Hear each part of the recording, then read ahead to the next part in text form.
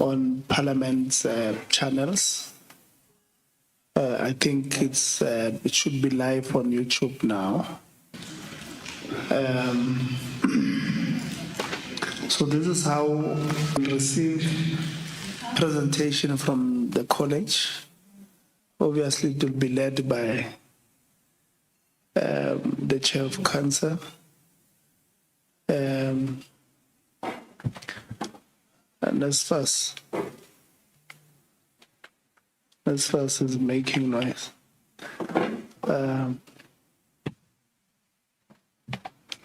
So the chair of council will give to management, and then from there we'll give to labor, and then from there we'll give to students, SRC. I think that will be there. And then after that, obviously before Manzin, I'm going to give you as the DDG responsible for Tvet College as the department to lead your team from the college, and then we'll give to the chair of council, the principal, or whoever is delegated to deal with what you need to. Is it possible that you can switch on this screen so that members can see when you are presenting there? I know that we do have the presentations, we've gone through them, but knowing our institutions, you might have made some last-minute changes on the presentation and forgot to inform us. When members are going to ask you questions, I always say this, but I think I must say it again, that you must assume the questions that they're asking, they know the answer to that question. So when they ask you questions, let's be as honest and truthful as possible. Just a comment. I think members just on the side of on the side of the walk around or walkabout is that principal, between yourselves and your campus managers, we must provide leadership where leadership is needed. And I must commend DTG. The NSF has built a beautiful campus for us here. They spend a lot of money, they build a beautiful campus for us, but this campus is not well taken care of. I mean, the student accommodation was handed over about 4 years ago. No, about 6 years ago. Students have only been staying in it for 2 years. But if you look at the condition, it's not make sure. So and other members went to the kitchen, and the report that they are bringing, I'm sure they are going to speak about it, about the condition of the facility there. I mean, we went to the workshops, electrical workshop, at least they are, you can see they're doing something, but the workshop itself is dirty. It's not in a, it's not in a good condition. The other one is just bad. The civil one, the civil workshop, it's not in a good condition. So you can tell that requires a leadership. If principal or leadership there, this thing should not be happening. When we went to, what do you call this, the lab, computer lab. You don't know, we left there without a single computer opening. those that were, there was one that tried to open, but he got stuck somewhere. The rest were told that no, there was a power failure earlier on, and therefore, once there's a power failure, even if power is back, these things, they happen like this. You know, we ask simple questions, not because we're trying to catch you out, but because we want to see where the problem is and where we can assist. But your people, principal, when they respond to us, you can tell. I mean, at the rest, there's no fire, what do you call that thing? Fire extinguisher. There's a, you can see it's supposed to be, there's a sign that says fire extinguisher. They are nowhere there. We are told that they are put somewhere because students, either they take them or they play with them. So if there was going to be fire there, then we're going to have problems. We're going to have problems. I was reading an article yesterday in a Sunday newspaper about a fire that broke out at the rest at the University of Fort Hare. And the sprinklers or what, the water, what, they did not kick in on time. And as a result, I think a student lost their lives there. Yeah, we have removed fire extinguishers. Where they are there, you can see there's a sign supposed to be there. I don't understand. You know, we were told one door there was broken. There's the top window there is not there. We were told there was a GBV incident where a boyfriend or the girlfriend had locked herself in the room and the boyfriend was kicking the door. They broke the window there, they broke the door before security arrived. Then you ask yourself, it's a 32 room student accommodation. It can't take security that long if security is there.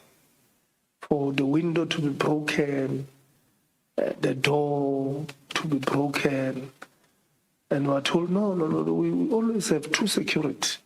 Where were they at the time? You know, you can tell with the responses that we're getting that our colleagues want to, you know, don't manage us. Tell us the truth, just say X, Y, and Z is not working. It's not working because of this. These beautiful facilities, GDG, they require a proper maintenance plan. I mean, both at the student accommodation, or I think it was at the student accommodation, you can tell that, you know, a small thing like a leak in the roof, if it's not attended to on time, when you attend to it on time, you'll just spend probably 100 rands to buy that cloth that, you know, they use to paint over the leak there so that the roof is fixed. Just 100 rand to enter the close. You allow it to continue, and we're told, Honorable Law, that when you ask what happened to this ceiling, I don't know, you know, there were floods. So these floods were too much. When they arrived, they could reach the ceiling.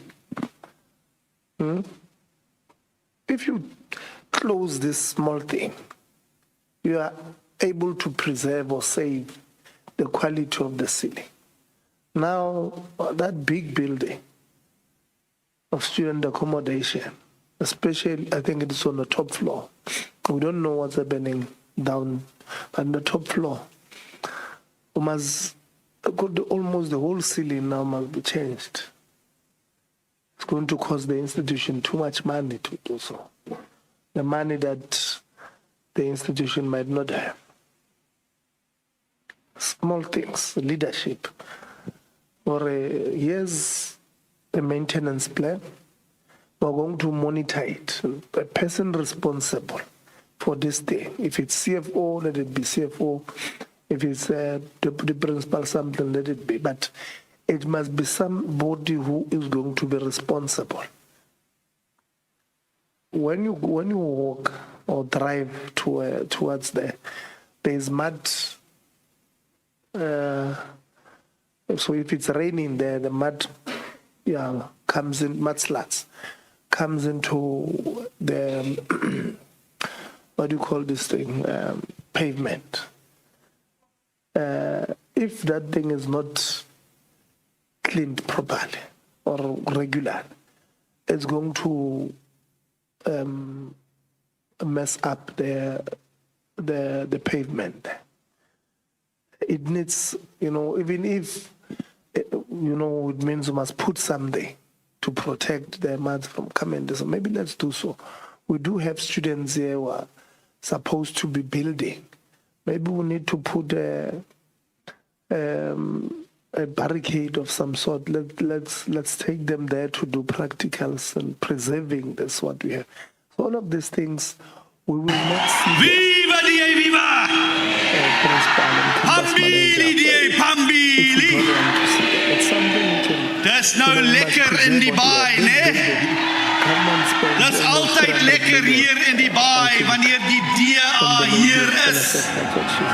Met ons wonderlike blou mense in die baai. Want dis julle wat die wind laat waai in die baai. There are other campuses in the cities who would die to have facilities like this. We have them, we don't take care of them. So I thought I must just, principal, start with that. I'm going to give you Manzini to do your opening, and then you'll give council and management. Then from there we'll go to labor, and then we'll go to the students. Manzini? You don't have a mic at board. No, thank you very much, Honorable Chair and honorable members, and let me observe the protocol. Chair, I won't say much because I think in your opening remarks you've touched on the very critical and important matters around the issue of leadership that we ought to demonstrate as people who are leading these institutions. That from the entrance as you enter and you see that there's rubble on the ground, as a leader you are the first to pick it up. You stop your car and you pick it up until those that are responsible for that can realize that it means they have not done their work. So we need to demonstrate that leadership. And I think the matters that you've touched on, the basic maintenance, that sometimes does not really even require a huge amount of money. It can be done basically. And as you said, we have students who are doing this. They will require some level of practical work as well that they can do. And the college can actually establish a maintenance team supervised by those who are employed by the college, but you utilize the students to gain their practical. So there's a lot of maintenance work that is required. The college, Honorable Chair, Honorable Members, it's one of the 9 colleges in this region. And this is the only region that has got 9 colleges. Simple because at the time of the merger, the then Richards Bay Technical College, which is called Rishtech, happened to be a standalone in this northern part of KwaZulu-Natal, and there was no other college. The nearest college that they were supposed to merge with was in Vryheid. And I think the councils at the time opted not to merge, but treat them as separate institutions that gave birth to Mtashan and then Umfolozi. So if you look at the landscape of all regions, it's the only region that has got 9 Tvet colleges. So this particular college never merged with any, but it acquired and grew from one campus to about, 16 campuses.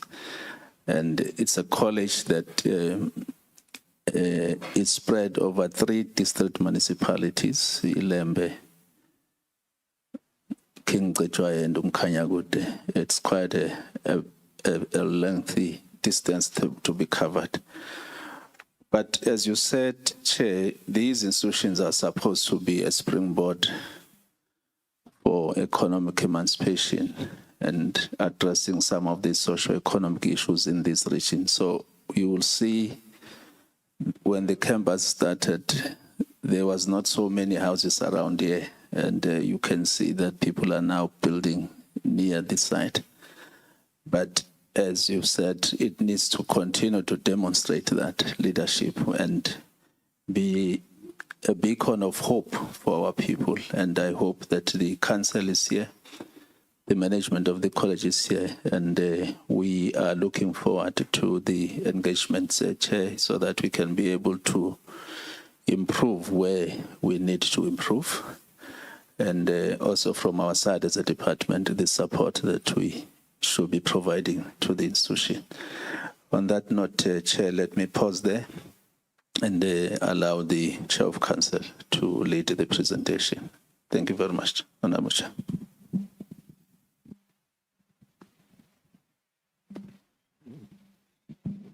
Thank you, DDG. Honorable Chair, thank you for the opportunity to talk on behalf of the college. It is indeed we do feel, I would say, we are saying this with gratitude, that the portfolio committee decided to come to Umfolozi. Maybe what the members of the honorable members of the portfolio committee might have seen is disturbing, and understandably so. But at the same time, it always helps to have people coming to your household, because in so doing, they also assist you to look at your household from a different perspective. And Chair, it is also true that council is aware that there are challenges in the college and that some plans are indeed put in place. But also, it is an undeniable truth that this visit, which also then assisted council to also expedite the visit to this campus, has assisted in also highlighting some of the flaws that we might not have been able to understand and identify seated at central office and actually having our meetings there. So with all the things that might have happened, there is a common understanding amongst council that this visit was also due for council even, and also for management, or maybe let me say a combined council management delegation. I would also like to appreciate, Honorable Chairperson, the fact that you did not only bring the honorable members to our campus, you also brought in some of the critical stakeholders. And in these stakeholders, Chairperson, we have the departments, the units that can assist us in addressing some of the challenges, not only just in Nkandla, but also in the college in general, that we actually do appreciate.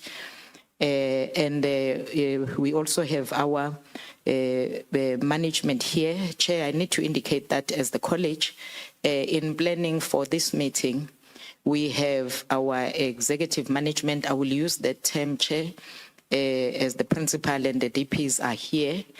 And we also have, as the members of EXCO and in attendance, Chairperson.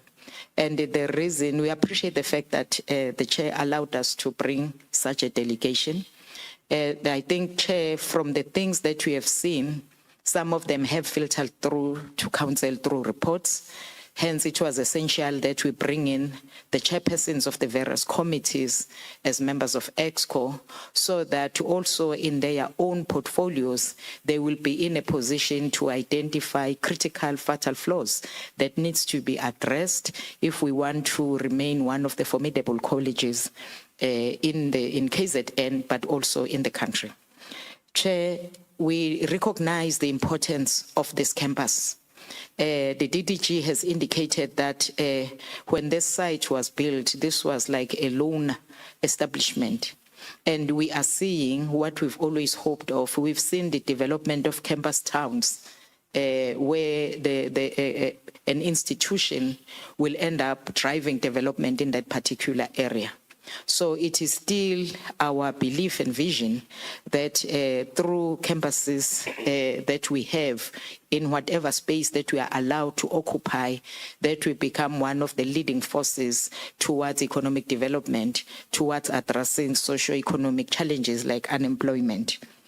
And Chair, there is a challenge with the kind of workshops that we have.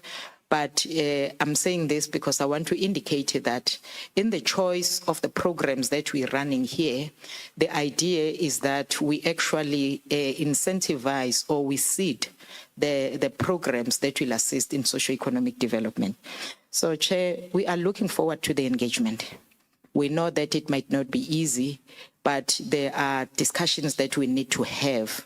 And we are looking forward to those particular discussions. And by those few words, Chair, I would like to thank again the Honorable Chair and Honorable members and all the stakeholders that have found time to come and visit us today. Thank you very much.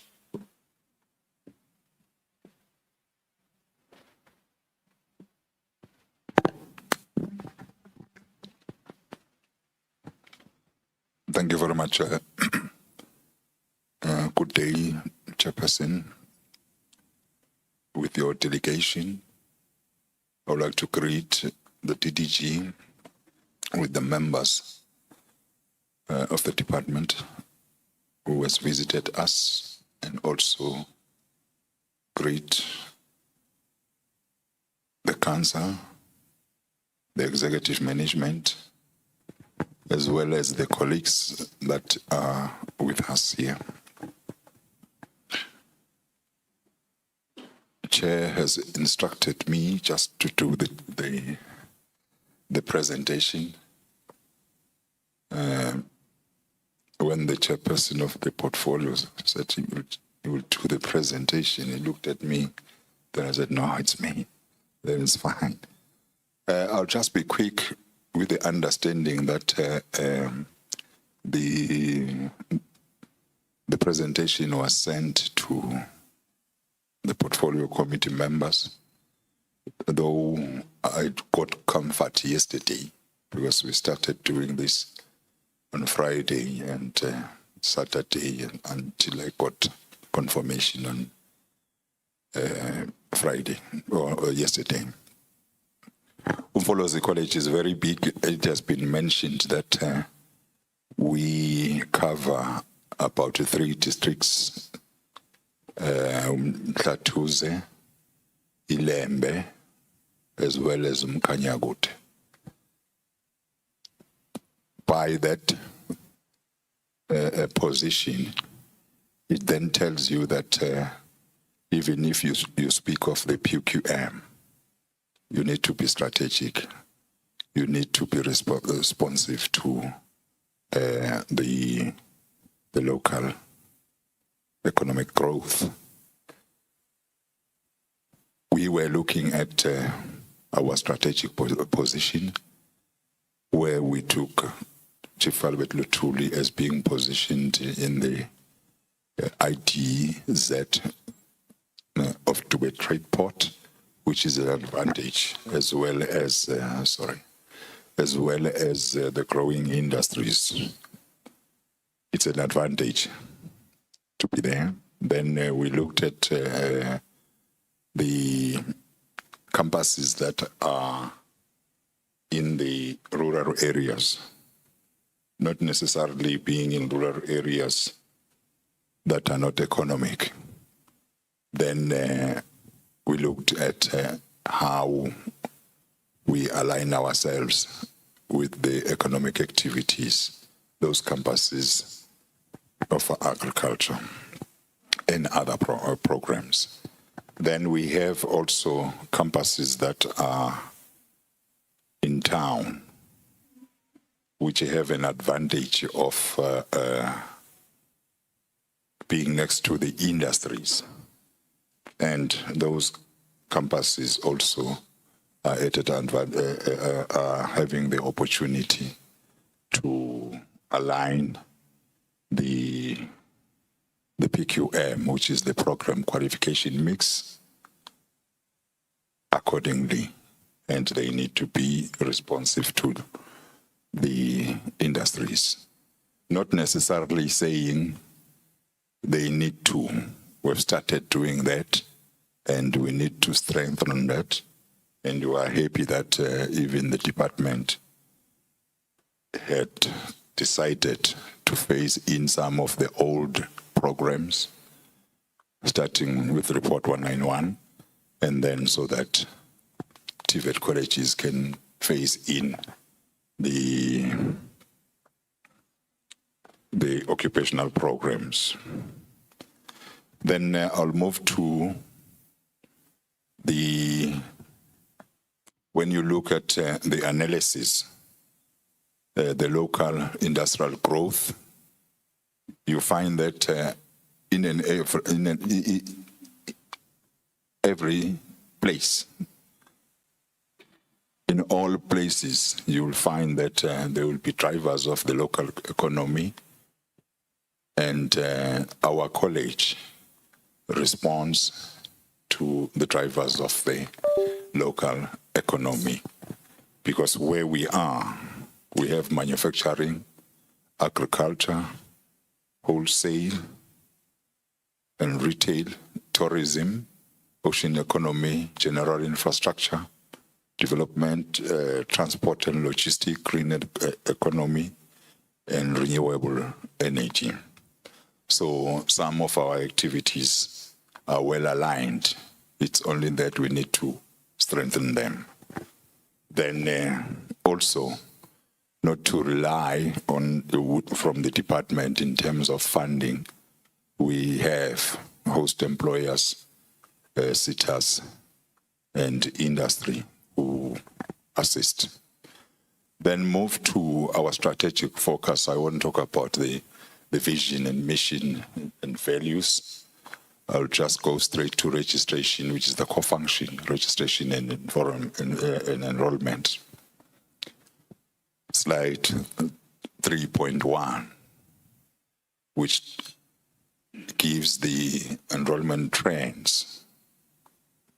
We've done the analysis from 2022 till 2025, which is the current year, with two programs, NCV and business, and Report 191 business and engineering studies. We have observed that we are performing very well because we meet our targets.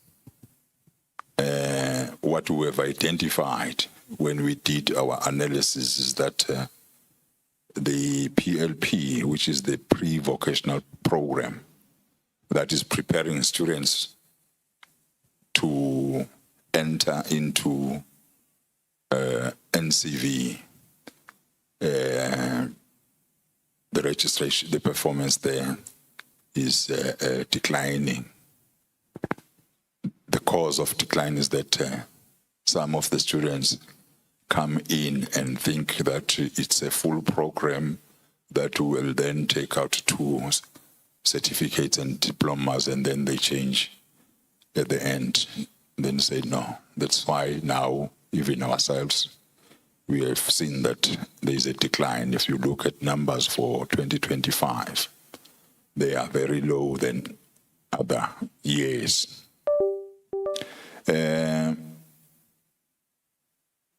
Looking at the occupational programs, which is the next slide, you could pick up that the performance is not very good. The reasons for that is that that section, we realized late that if we don't have somebody dedicated to it, we will have a problem. And then we looked at how we run our projects. Then we started to come up with a strategy. Like, for instance, the occupational programs, where you'll find that the deputy principal academic will then run NCV report 191 and then go to workshops also to run those activities or those programs. The college is fortunate to have the deputy principal innovation, which was introduced with when PPN was introduced, and then we opted for the structure with innovation, not registration. So currently there is somebody dedicated to that, and we are sure that this reflection of 2025 will no more be there. Things will change, because if you can look at on the left, percentage achievements, 49, 50, 58, 30, 41, 49, 77, 1961, 105, where there is just a slight achievement of the numbers. Looking at it, it's not good, but the college has done more, because we've started some training, we've started some the establishment of the PMU, which is the project management unit. So through the support from our council, we managed to do all. Then we then brought in the analysis of the current numbers to 2025, where when you look at what was reflected in the slides with graphs, the NCV and the report 191 are performing very well, even exceed numbers. And then when you go down, that slide talks to that other one, where you find PLP declining, you find occupational programs and courses having low numbers, short programs and short skills, low numbers in terms of actuals, and also level 5 and level 6 having low numbers in terms of having zero, in fact, in terms of registration. But we have come up with something that was initiated by the council when realizing that our college is not performing well. They said to you, what is your turnaround strategy? Then we engaged as broad management in a turnaround strategy in trying to identify the problems, and we come up with the solutions. That is why we had to also submit it as an attachment, the summarized one. Then looking at enrollment plans, because we needed, after doing this analysis, also being given figures from the maturity model activities, we then had to go back as a team in trying to identify issues and coming up with recommendations.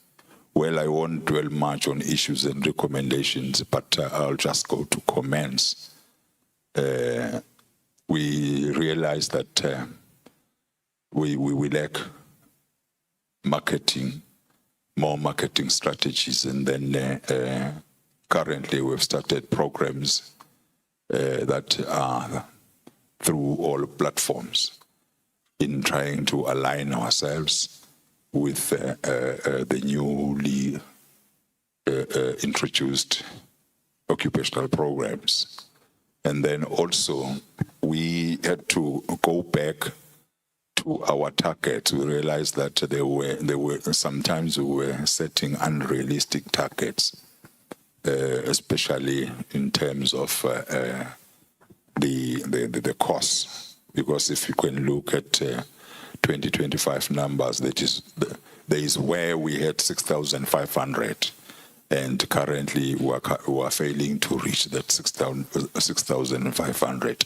We have to review our numbers so that we can come up with an achievable target. We have to ensure that we strengthen the profiler in consultation for students in consultation with the SSS department, so that students, when they register, they know exactly somebody has explained, and not that they will lead us to, they register and then they lead us to drop out. Then the under-enrollment on QCTO, well, we were looking at it at a distance and not knowing that the very same department would say, now there is a change. We are pushing in the QCTO programs because we have realized that we need to focus now on new programs. The old programs are now phased out.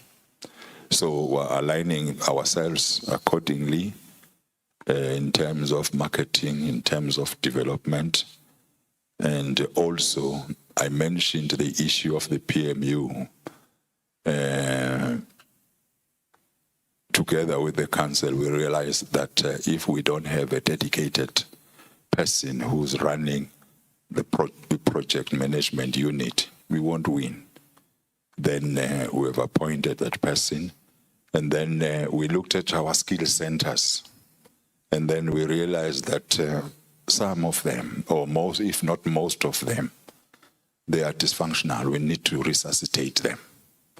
Then we started now working on them. We have a team that will be reporting at the end of the month, which we said, go and look at the capacity, and then at the same time, we need to push applications to QCTO so that we can be able, when we get approval for those programs, and then we implement them as quickly as possible.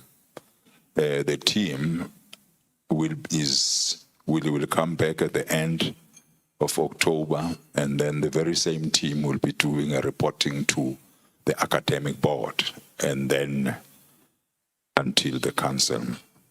Then we looked at the entrepreneurial hub that we have. It's only one, which is at Mandeni, and fortunately we have negotiated with the partners there. We are extending that or enlarging that, but the aim, even from our strategic plan, was that we must take it to other campuses, because we need to ensure that students are engaged in entrepreneurship programs. So the discussions are at the advanced stage, and there is a lot that we are currently doing with NB. So the discussions are at the advanced stage, and there is a lot that we are currently doing with NB, because I've already mentioned that. Then we looked at our budget, and we tried to align the budget in terms of the needs, and we reminded ourselves as the broad management that the core function is teaching and learning.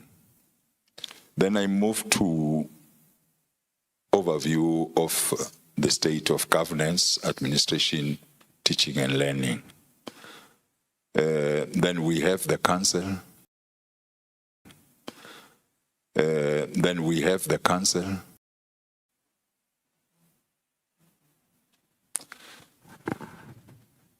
You said you'll be driving there. I'm not connected to this side. It doesn't move from your side. It's stuck. Sorry, I'm not a guru in these things. It's stuck on your computer. It's moving. Oh, it's moving, but it's not moving this side.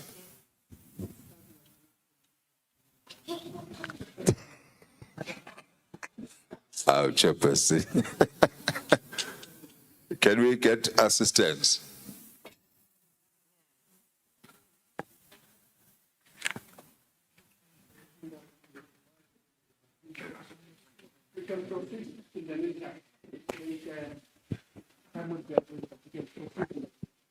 Okay. No, thank you. I don't know, Chair, whether I need to say something to the council.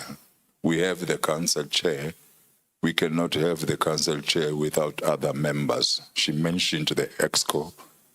What she left is that we have all committees which sit accordingly, and then have some recommendations which are taken to EXCO.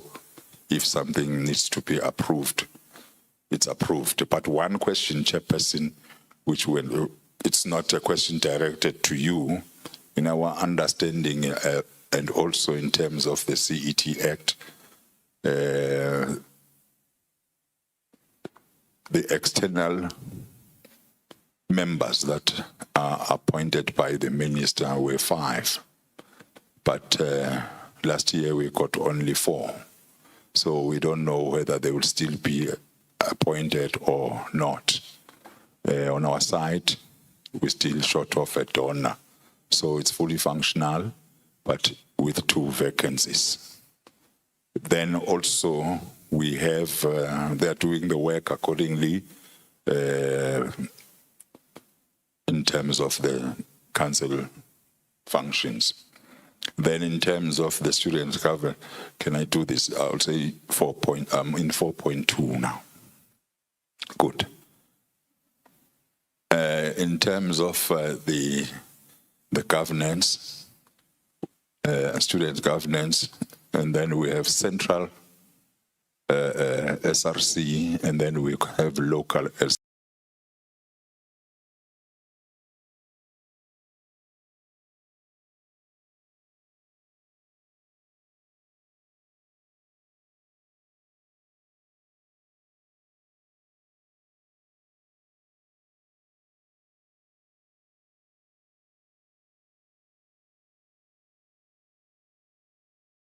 Of the college, we 4.3.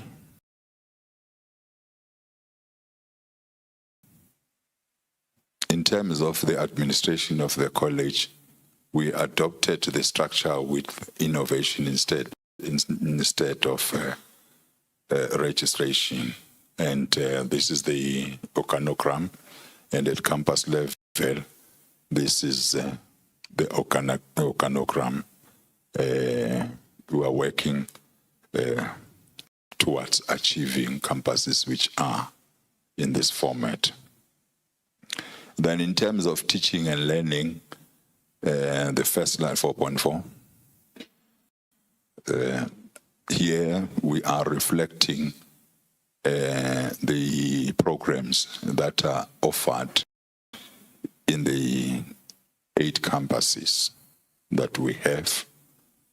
And started by NCV, and then the next one 4.0. The next one is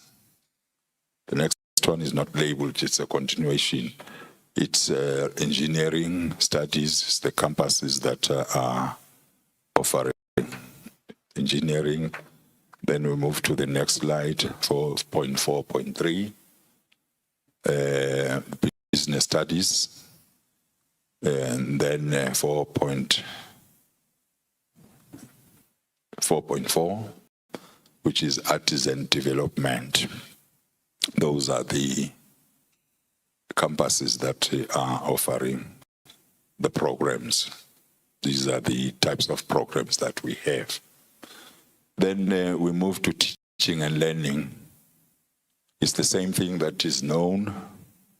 Student support, when they come in to register, student support takes the lead in terms of supporting in pre-entry or pre-enrollment support until exit.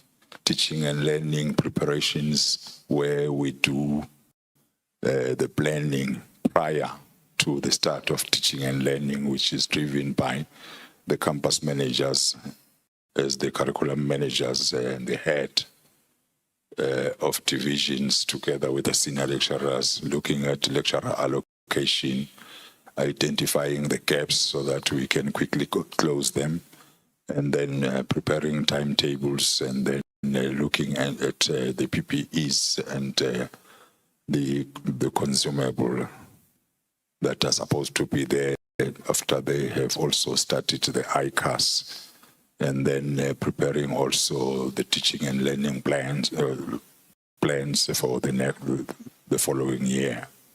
So what we have agreed upon, because we need to acknowledge that sometimes we have a challenge in terms of assisting students, maybe with late delivery of books. So we've planned that we need to, after we have approved our FTEs, and then the books will be bought through FTEs in order to have the campuses that function from the first day, and also exploring also through looking at the modern technology, looking at also the utilization of e-books and then hard copies. Then after we have planned towards the end of the year, then campuses who have identified shortages, maybe with 1 or 2 lecturers, then they will make the submission, and then when we open, that gap is closed. Then we look at entrepreneurship. I've discussed about the IRM hub. It's what we also offer, which is 4.6. I'll then move to 5, safety and security, 5. Then 5.1, safety measures, policies, to ensure that our students are safe. We have deployed guards, and they know the work that they are doing, so that our students cannot be exposed to unfavorable activities. Then we have occupational health and occupational health and safety measures.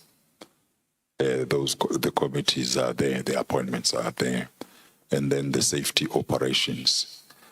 Student support also is assisting us a lot, because they came in and worked together with student support services.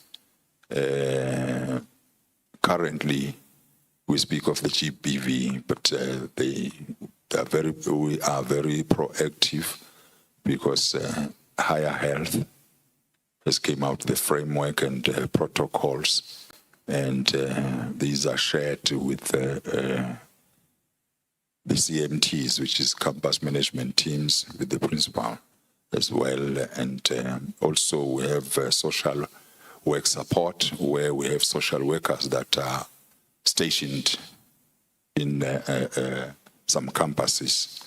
And being stationed in that campus does not mean that that person cannot work for another campus. Then we have a risk assessment, which is conducted awareness campaigns that are done, and then the dialogues also, then referrals, which are channeled in a respectful manner, and then civil education and soft skills programs, higher health.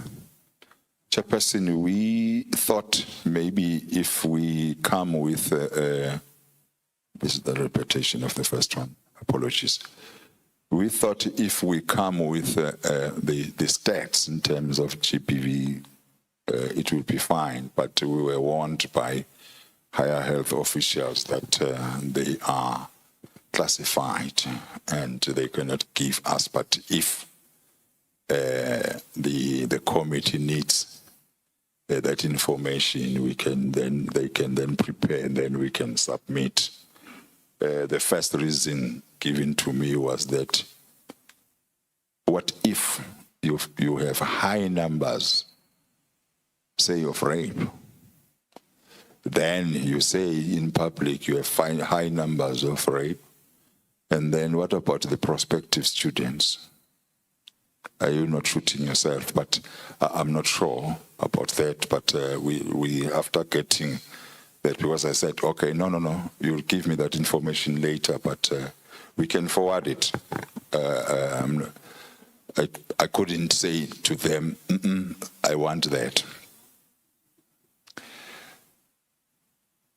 Then can I move to student academic performance?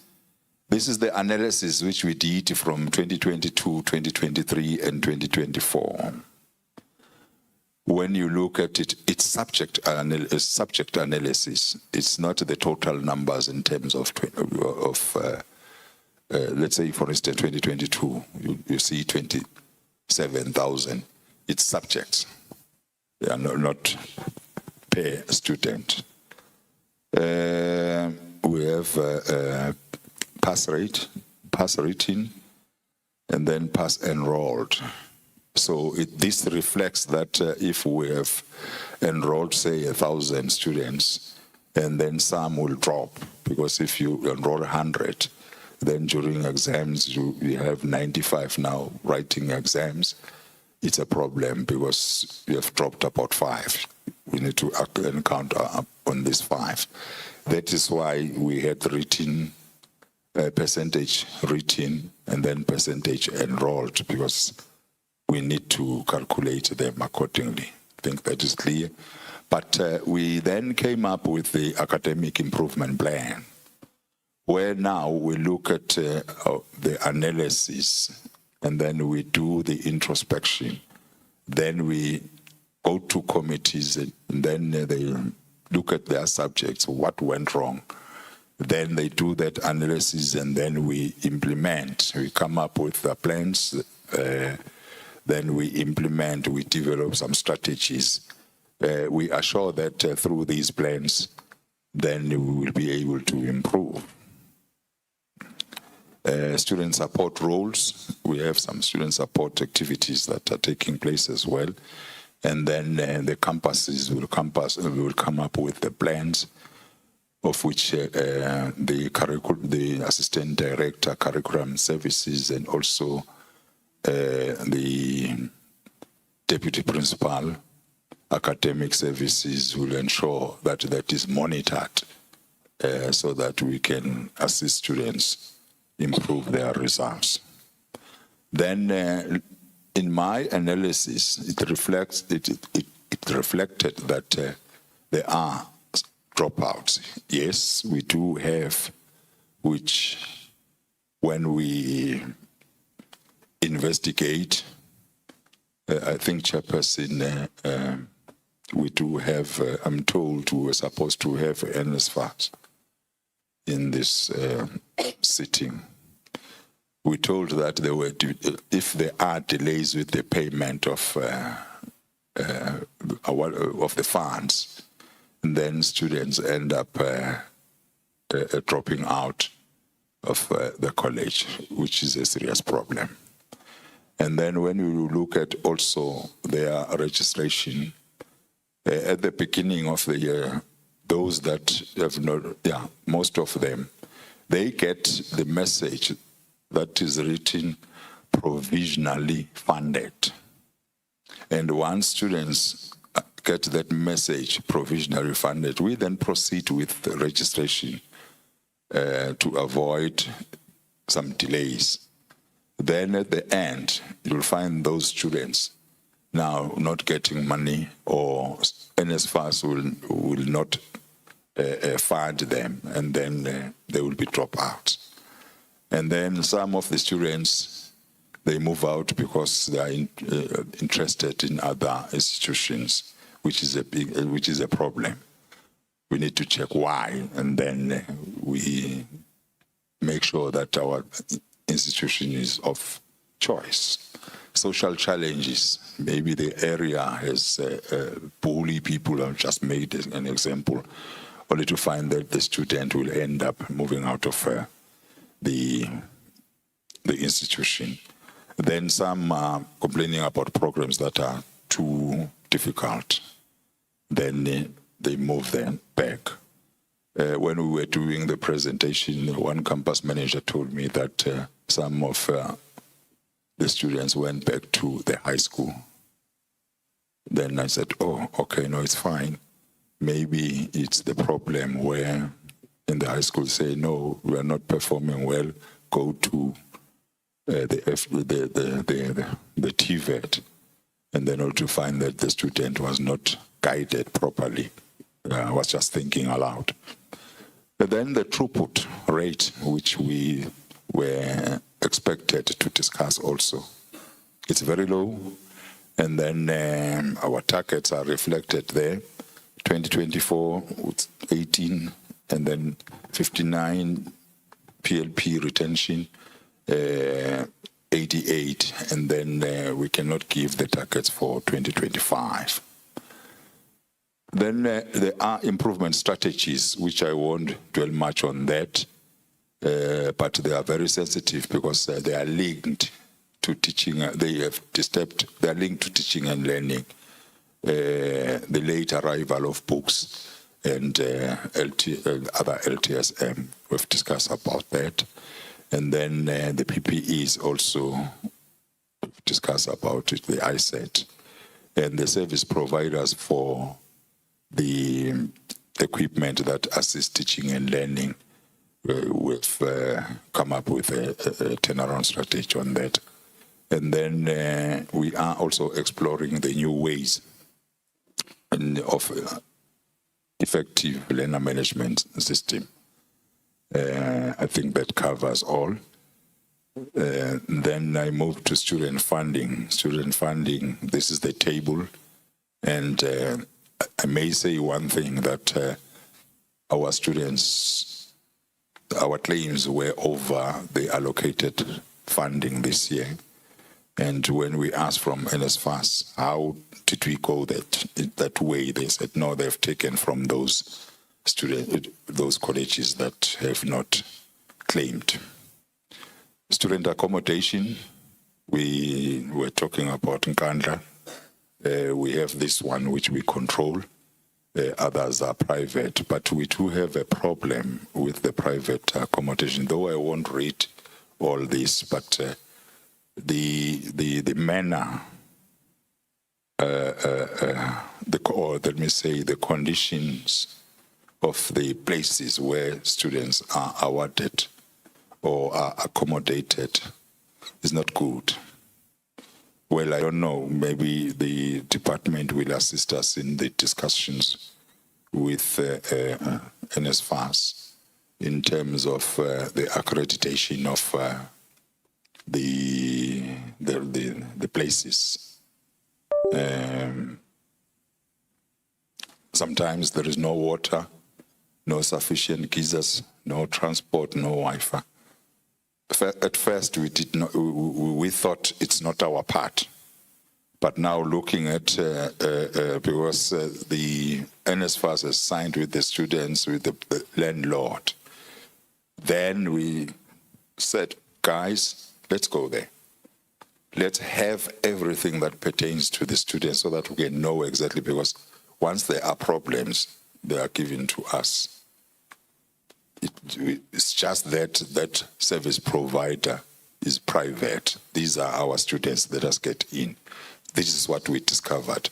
And then we wanted to have all the list, and we are starting to get out, because sometimes others, like for instance, in this campus, we got a call where students were moved out at about 9 o'clock at night. I had to phone the campus manager to quickly check on that, only to find that NSFAS has paid money to the students rather than the landlord, which creates a problem. But we so wish that that is resolved. And also the issue of the partner sequel, if that can be resolved as well, would be fine.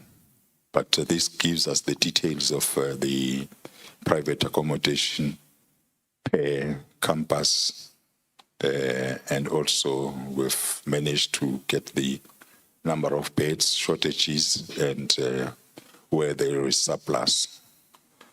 Then, going back now. Then looking at finances, overview of college finances. 2022, we had qualified audit opinion. 2023, we had unqualified audit opinion. 2024, and then these are allocations per year, 2023, 24, up to 2025. But I just stick to the direct transfer, which has crippled the college a bit. If you look at 2022 with 32 million, and then the following year we will come to 15 and 16. You were servicing all the campuses at 32, and then you are giving now half of it, which creates a problem in terms of the allocation. And we were not aware that the PPN is top slicing the direct transfers. It was until late where we got that. I won't dwell much on the distribution here as it is indicated, but I'll just go to what we have identified in terms of our strategy when we look at the funds, the high commitment to service, high contracted services, that is service providers who have started reducing that, and also terminated those that have expired already, and looking at insourcing versus outsourcing, which we were assisted by the council on that. And then we have managed to reduce, but not that we were still working on that. And then we discovered that with security, there was an inconsistency in terms of the rates per person, and CM is working on that. And then even ourselves, let us train ourselves so that we can know exactly what we're doing. We've done that using the policies, coming up with the plans, and then I moved to infrastructure development. Chairperson, I need to mention that the lack of technical know-how during the introduction of CIEG has caused some problems.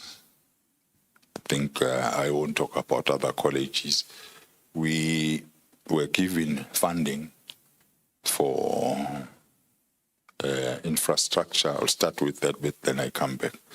We're given funding for CIEG, and this funding was then, we were then informed that we need to appoint project managers to manage that. After appointing project managers, there was also a need for professional agents. And then when you look at the qualifications, they're almost the same. Then projects started. starting from evaluation work packages, but only to find that the work packages that were submitted to the department were not accepted, were not in the good form, and they were rejected, and then that delayed all the processes. To the allocation of CIEG, firstly finance, then DPC, which created some problems, but I think that ended up being solved. But here we have reflected how we've utilized the allocation that was given to us. We still have a balance of 12 million, which we intend in utilizing in the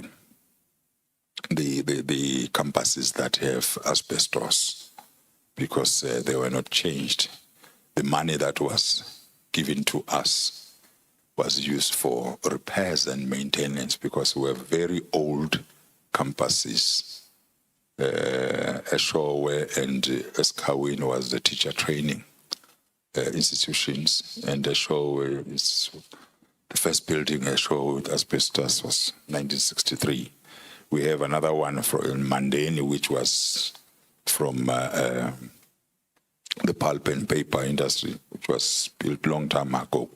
But we have made a submission to the department in terms of the maintenance plans, which our 13.3, 11.3, which in terms of our maintenance plans, we need about 195 million so that we can ensure that our campuses are in the acceptable state. Most of them had below those that were built long ago, a problem with the underground system, which consumed a lot of money. That is why we reflected this with the hope that maybe we'll get somebody to assist us in getting this, which will be used for the current, or not building new currently. Then another topic was the issue of certificates. We've just made on 12.1. We've just made this. We do have some certificates that we have not yet received. We're trying a lot to get more. Even with our graduation, we had more certificates and diplomas that we had, but we still have outstanding. We're doing follow-up. Then the PPN, the approval was on 277 academic, 271 support, which then at a distance, it created some challenges because you can't have 1:1 in terms of ratio. But the progress on the implementation using the template that we use when we submit, we identify 36 staff members, and we have currently migrated 33. We're left with 3, and then we still have vacancies, and then we have 2 staff members who are unmatched. These 2 staff members were inherited from DPE, and they came to us already being on PESAL, so we couldn't take them out of PESAL. We are just waiting that maybe because they are old, they are in the garment making section. Then the EEAs, none. 13.3, I've just given the overall picture of our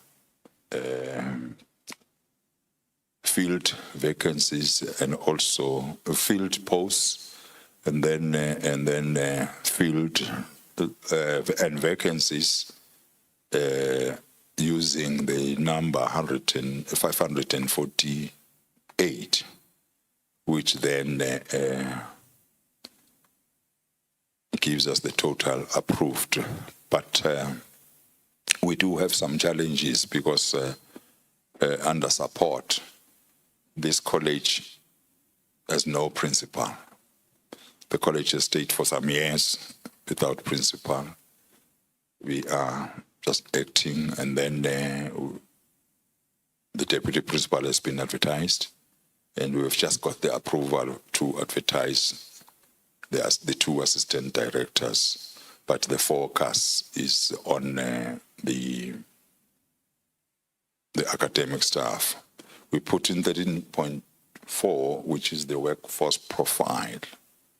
In our workforce, we have 2 foreigners who are in this campus and also Eskhawini campus. Then it reflects that there is no principal, and then these are the other categories. I'll just move from them. Then the challenge is we were thinking of reconfiguring our structure because the biggest challenge now that we have, we need to move the employees of the new campuses, Kanda and Bambanani, to Pesal.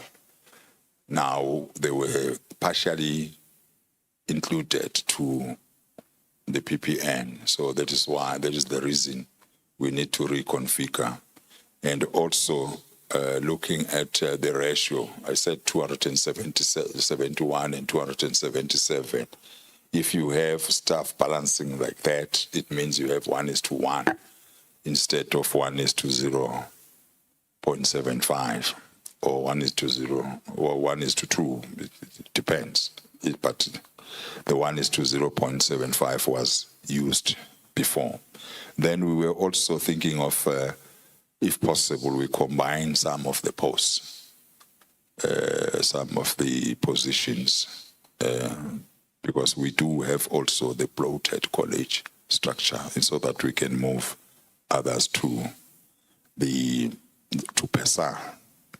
Then on partnerships, I've just given this table. We had some targets, and we achieved in 2022 in the number of partnerships achieved, those that we have. And then the placement now of level 4s, where we did not perform very well, but we have done the analysis. And then moving on to the signed MOUs, we have quite a number of them that they've been signed. And then the wheel, it's a number of them, and it's there. That is that. Then successes in terms of artisan development, Umfolozi is well known, and also the centers of specialization, the trades, and the DSPP, which we are only 2 colleges here in Machuba and Umfolozi, inclusive education, what we have started is Kawin and rolling out, and the Maritime Academy, Techno Hub, and the Technical Training Center at Mandeni that is being augmented. Chairperson, I've attached the summary of the turnaround strategy.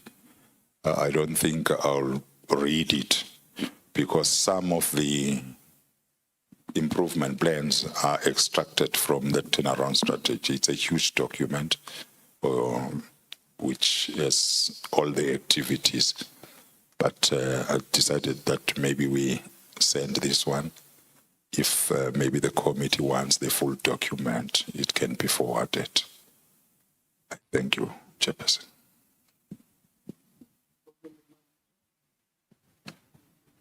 No. No, thank you very much. We're not going to be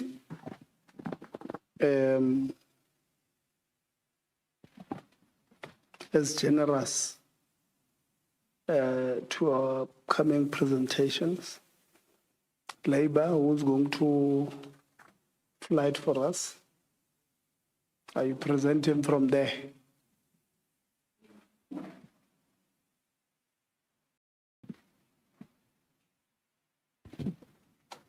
Are you going to flight your presentation?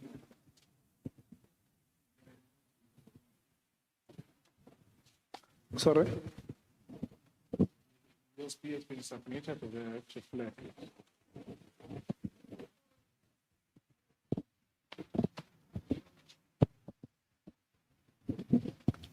Chairperson, we submitted our presentation. It's up to the secretary if one would love to flag or. No. Do you have their presentation? Okay. Please flight it. You can start in the meantime. Thank you very much, Chairperson. It's Sizognene, the Chairperson of NEHAU, but we are presenting on behalf of everyone. This is organized labor presentation. Now, greetings to you, Chairperson of the Portfolio Committee, committee members, DTG of the Tvet, the head officials, College Council Chairperson, and council members, the college principal, and the rest of the management, SRC representative here, organized labor, we are also greeted, and NSFAS officials. We will try to make these, okay, no, just quickly. But we will move along while sorry.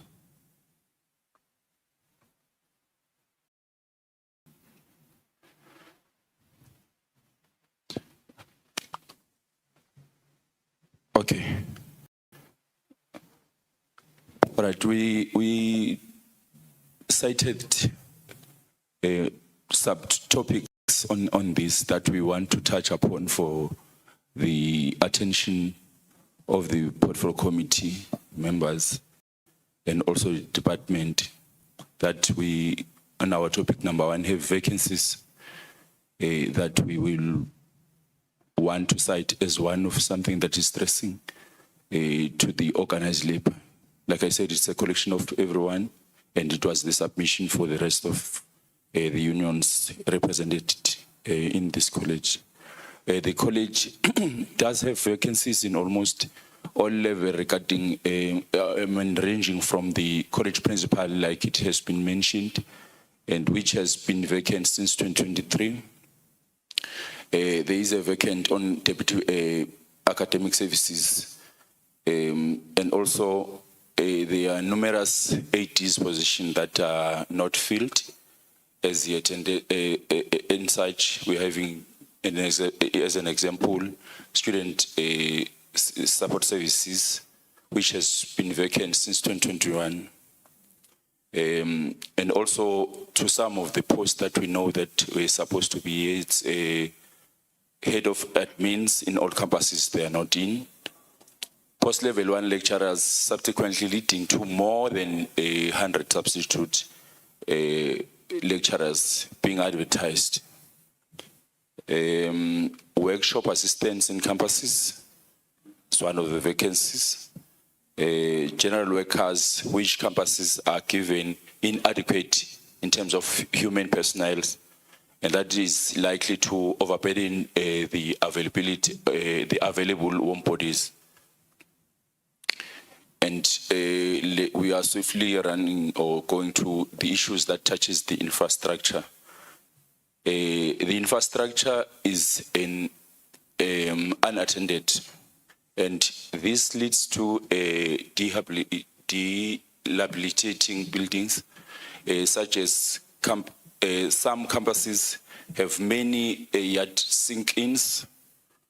The college campuses has standby generators, which are likely at times being a white elephants, as they stand without diesels at most of the times, and that renders them non-functional. The campuses have computer labs, but computers are not, or are now older models, and those who are new then becomes an option. Also on the infrastructure, we have computer labs, furniture, lecture halls, and theaters. That are having chairs that are worn out. Air conditioners in some computer labs are not repaired or maintained regularly. Thus, computers are non-functioning in extremely climate conditions. The internet is not paid for, and thus some learning aspects in the curriculum becomes uncovered. Walk ramps catering students with disabilities are not in place in some of the campuses.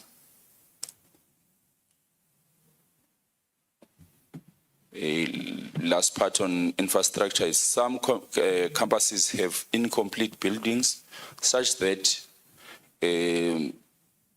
campuses have insufficient classrooms for lecturing activities. As labor, we are forced to probe the completion timelines for that in the department. Then on finances, or on finance part. Okay, service providers are owed that in some campuses, service providers block the gates, deny entry of college staff and students, and thus delays the teaching and learning as a core. They even threaten to disrupt exams. Some service providers are more than 3 years old.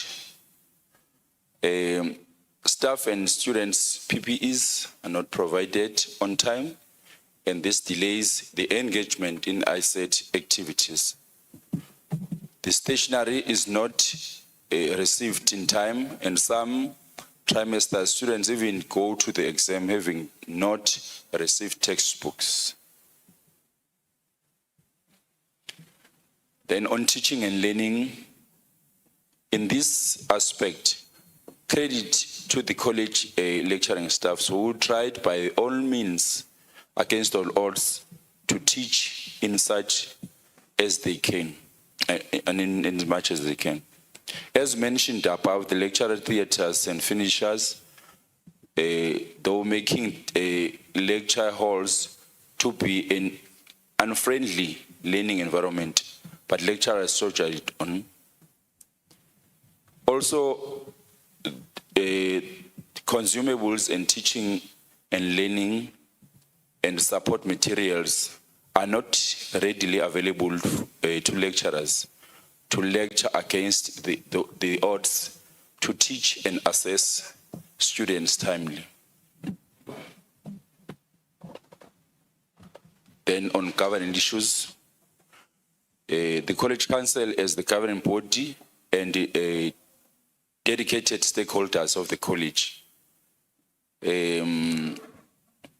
As said previously, one of not sure is not sure of the College Council is correctly briefed in considered the outcry with regards of to PPEs. As labor, we have good relationship with the college councils. We can engage the college councils to have their fillers on the ground so that they don't rely on the report they received from the college senior management. Then on enrollment and the readiness. In this regard, because students are enrolled from the system, as they apply online. One will say the college is doing well.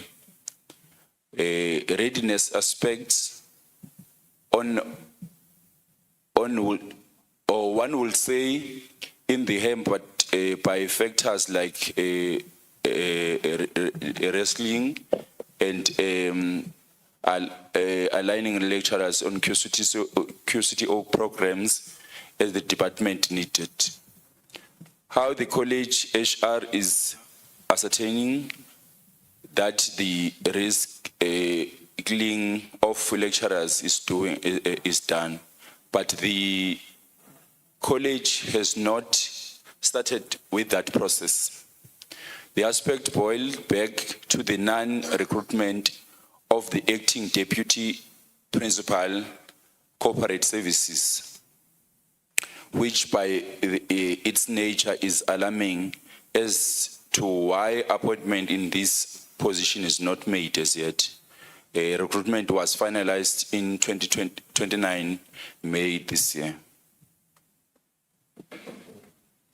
Okay, on the such presentation that we made, Chairperson, we shall say that these are the submissions that we make by almost everyone with regard to the submission, the campuses and all the rest.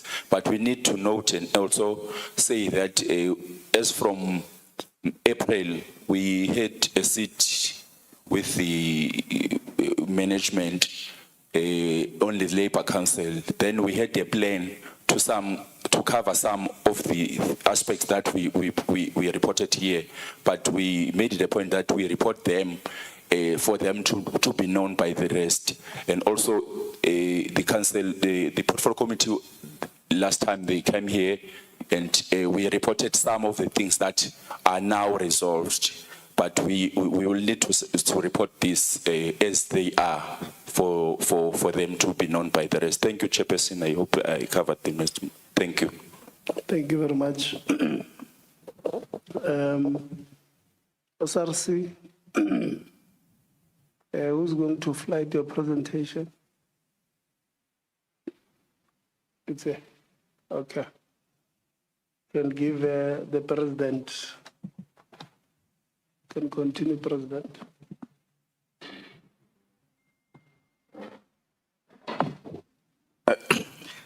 Thank you very much, Chairperson, and the honorable members.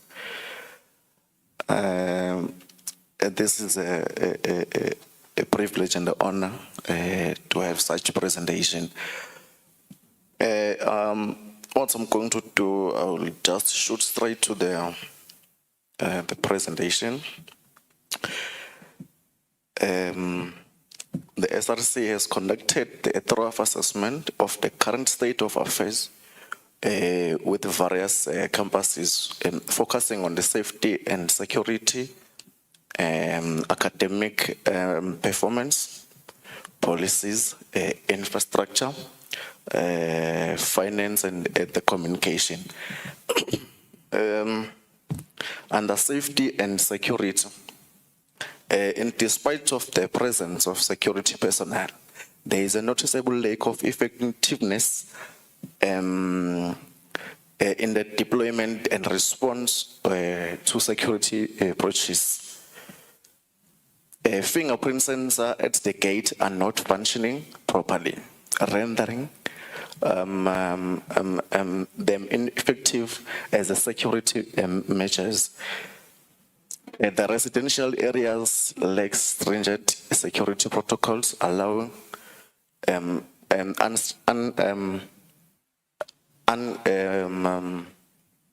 unrestricted entries and exit, with purpose of significant risk to students safely. Implementing a student card-based and entry system would greatly enhance the security. Several areas on campuses have faulty lighting, which compromises the student safety, particularly at night. under gender-based violence. In most cases, students report to the office of SLO, who then handles such cases accordingly. All campuses have peer educators who have been trained by Higher Health and the office of SSS. Generally generate a survey to ensure that all student health and well-being is assessed accordingly for the surveys. All students who reside in our residence report to their house parents for any issues related, as you had the house parent in this internal resident that we have only one case at Nkandla.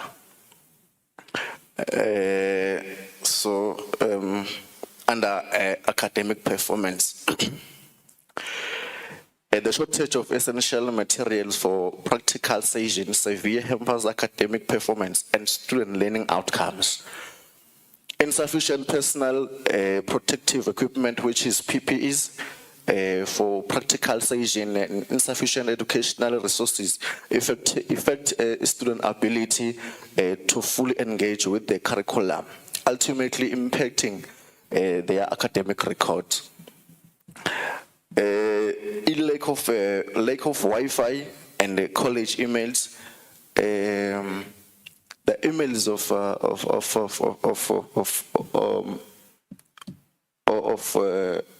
college is not working. In fact, we usually using our personal emails.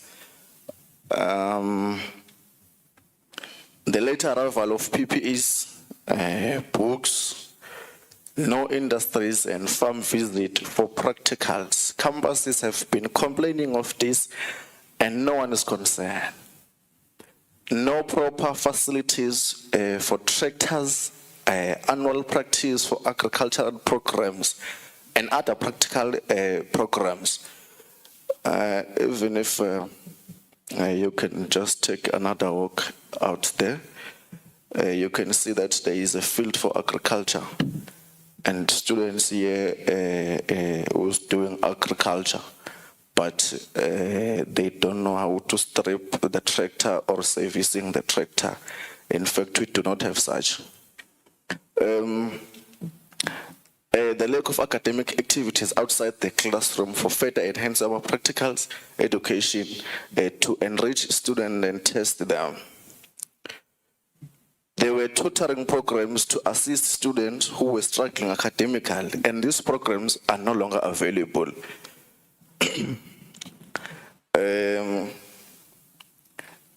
Under the policy and governance concerns, infrequent meeting and poor communication with campuses, management have resulted in disconnected, making it challenging to address students' concern effectively. The appointment of assistant director for SSS is vital since the SRC is required to report to this office. It's very hard to work while there is an office that is dysfunctional, just like the office of SSS, because that's where we are reporting. That's where we must receive the information passing to our students. So if there is no connection or that's a proper communication through that office, it's going to put us under the moving object. The SRC proposed receiving their benefits such as t-shirts, tracksuits and gadgets on the date of the induction to streamline logistics and increase efficiency. Just to elaborate on this point, the current SRC was voted in power early March of the 2025, but none of the above listed benefits or aids have been made available to the SRC to utilize.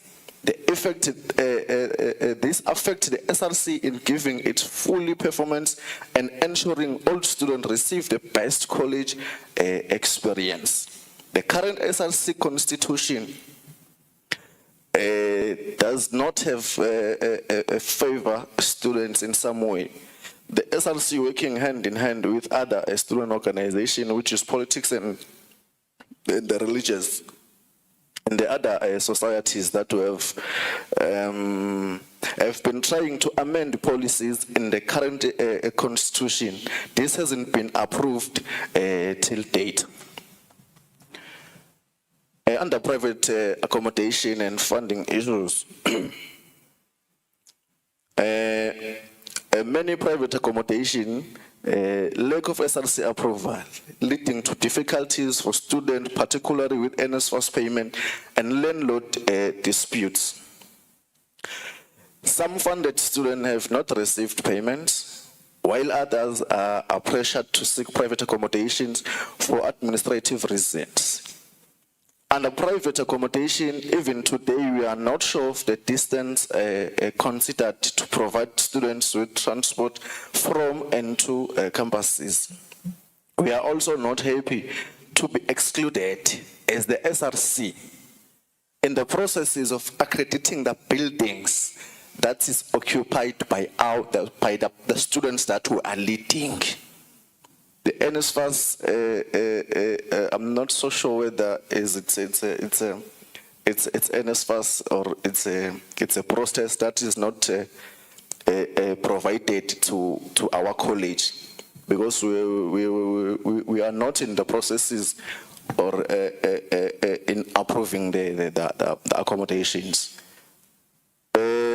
At the beginning of 2025 academic year, of the students were blocked by the system due to the outstanding balances that was not paid by NSFAS.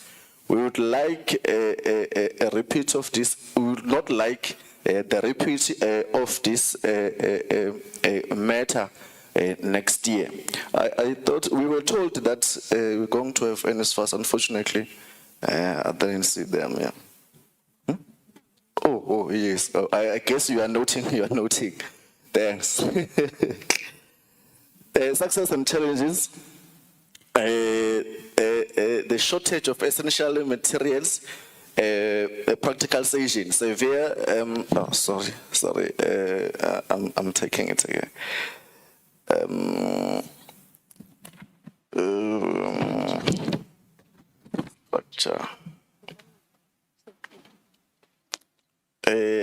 Under infrastructure and development concerns, the campus infrastructure is in dire need of renovation and development. Issues include the broke windows, doors, non-functional showers and geysers, in particularly in the residence, and the poor Wi-Fi connectivities.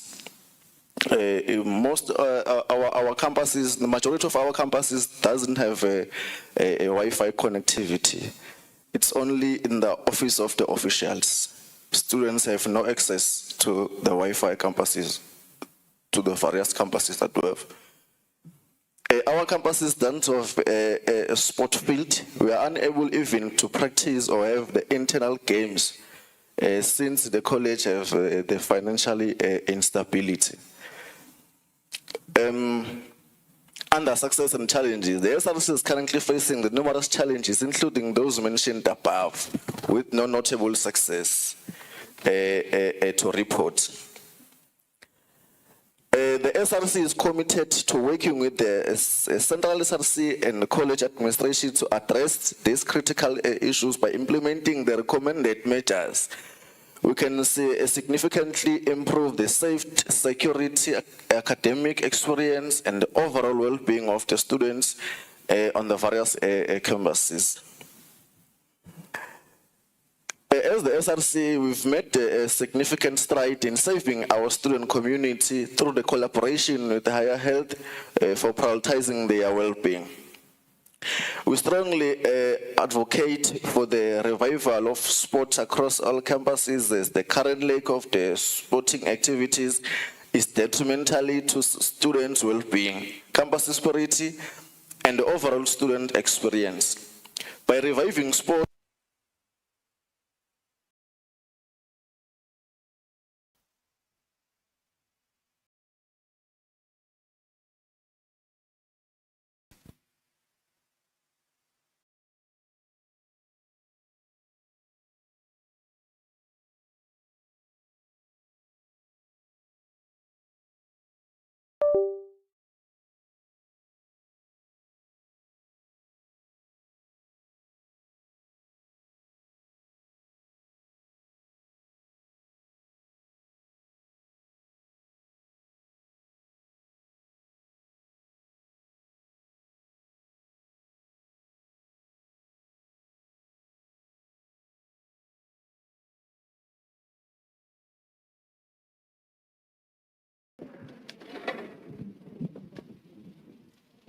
My voice is loud enough. I guess I need to stand and speak.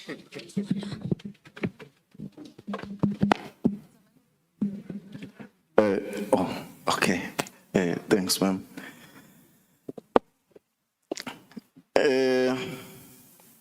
We strongly advocate for the revival of sport across all campuses, as the current lack of the sporting activities is detrimental to student well-being, campus spirit, and overall student experience. By reviving sport, we can foster a sense of community, promote physical and mental health, and provide students with an opportunity for personal growth and development. There is under overview of finance, the SRC treasurer faces difficulties in managing the finances due to a lack of communication with the management. The upper structures assist in crucial in addressing the financial issues and ensuring transparency. Despite higher occupancy rates in main and lecture halls, there is a lack of visible improvement or investment in campuses, infrastructure, and student facilities. Under state of readiness, due to poor communication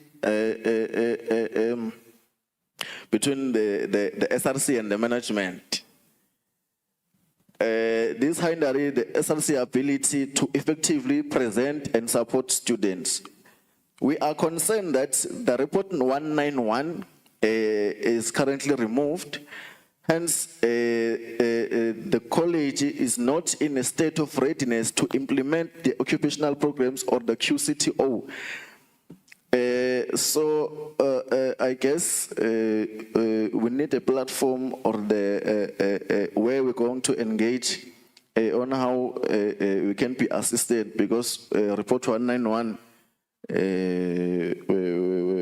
definitely going to save the college in enrollment base number.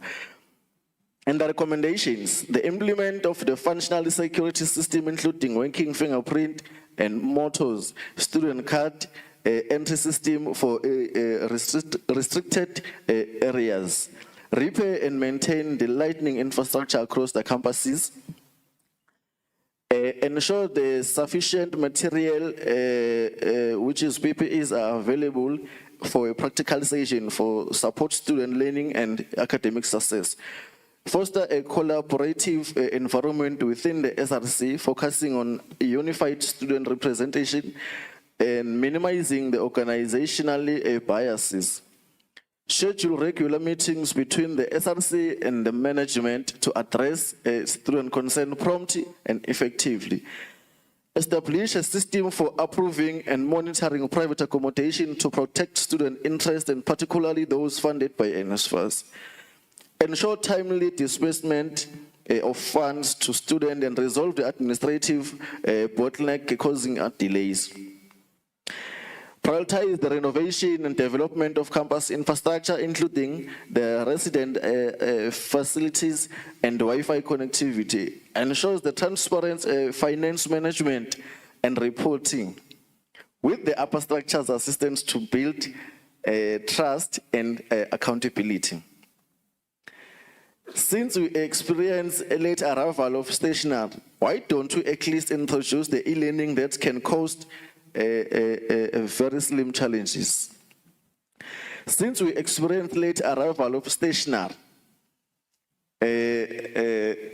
I guess that's where we can have an effective learning. Thank you very much, Chairperson.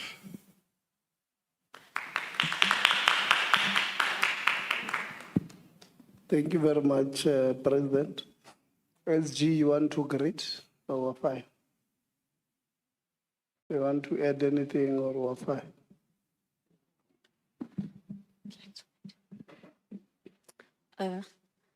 Good day, DDG, the council, executive management, and the house at large. All protocols observed. I am Mabaso Nomcebo, Secretary General of Umfolozi College. I would like to greet the house. To add on what my president just said here, as an SRC, I believe that the student must always come first, no matter what. Because we're here today, it's because of the student.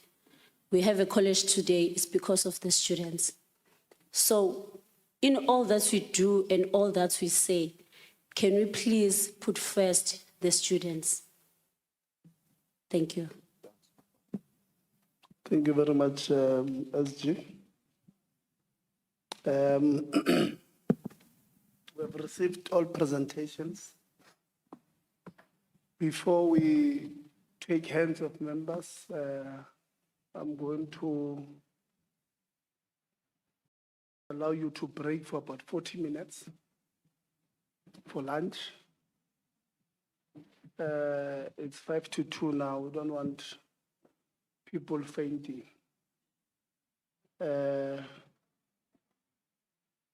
Honorable Law.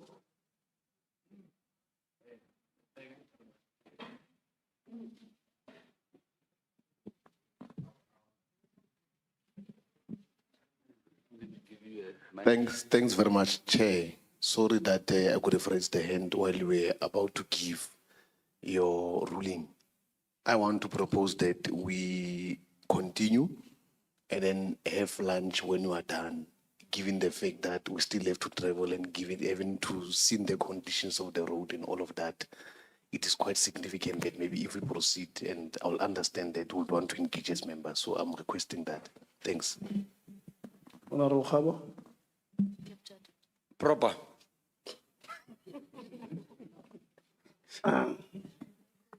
No, so what happened was when we came from the walkabout, you members had something to eat, others did not. And you are going to ask them questions. For an example, principal did not eat. And I know you must ask him questions on classified information. So I think let's take, let's be back at 14:35. We'll start exactly at 14:35. So let's just take a quick lunch and come back at 14:35. Thank you.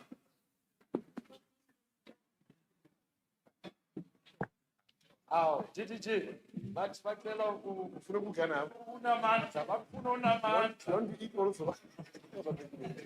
Maybe Usman, you want to eat also. You want to eat also. No, I say we must. Let's come back. Principal, come back. I'm told that the deputy principal finance has not paid the lunch people. Yeah, the service providers have not been paid. So they are on go slow. Lunch has not been ready as yet. So it means principal who must answer questions. You know, I don't like these members asking questions to people who have not eaten. because it might create problems for you when you have not eaten. So I'm going to take first few hands, and then we'll take it from there. So, or you want to suggest? Okay. All right. Can I have a mic?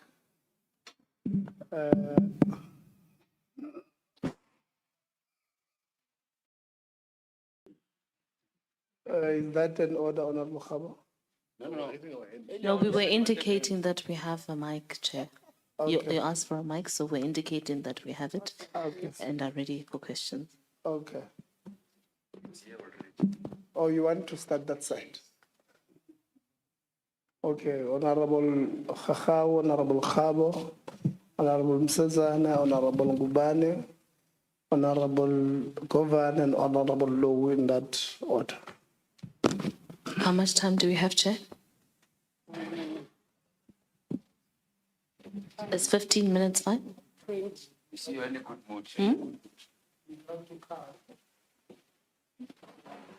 15 is okay. 50. Thank you.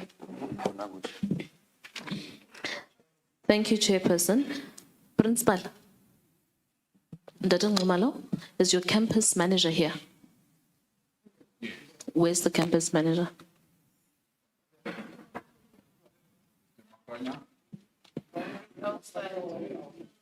Okay, I'll pause and wait.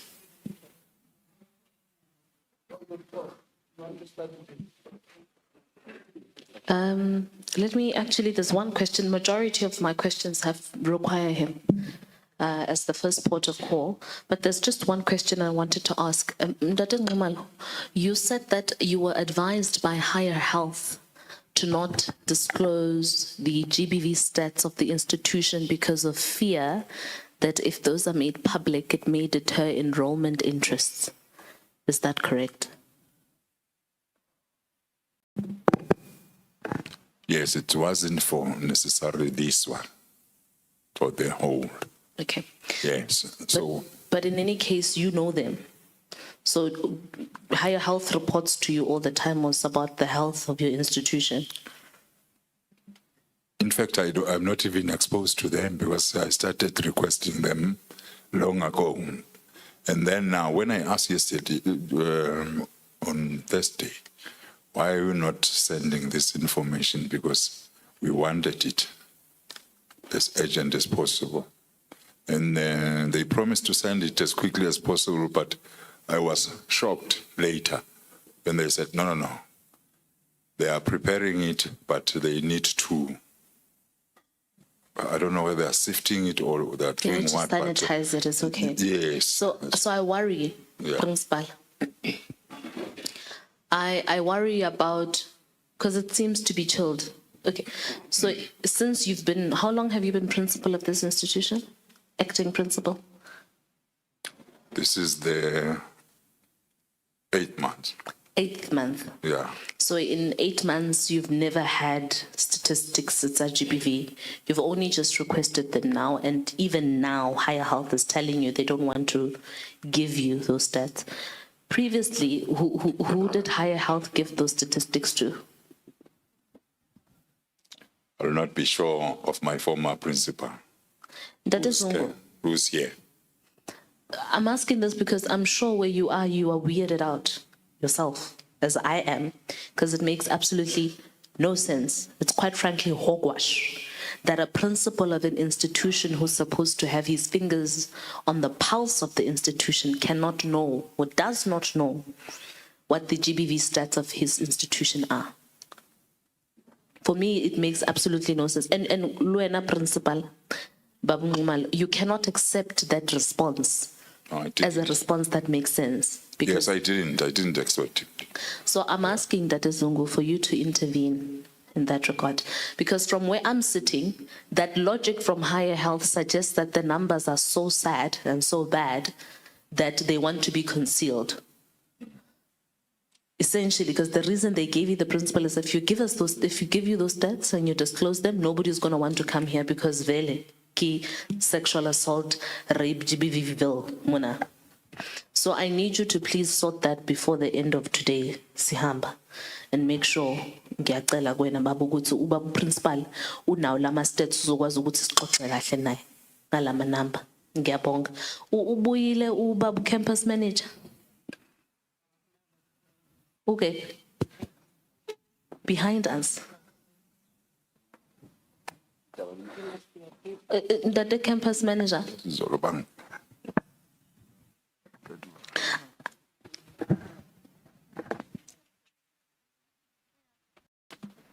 I've paused my time so long.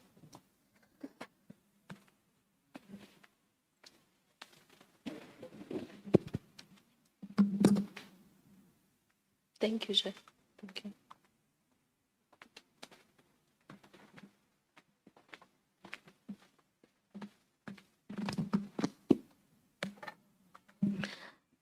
Campus manager.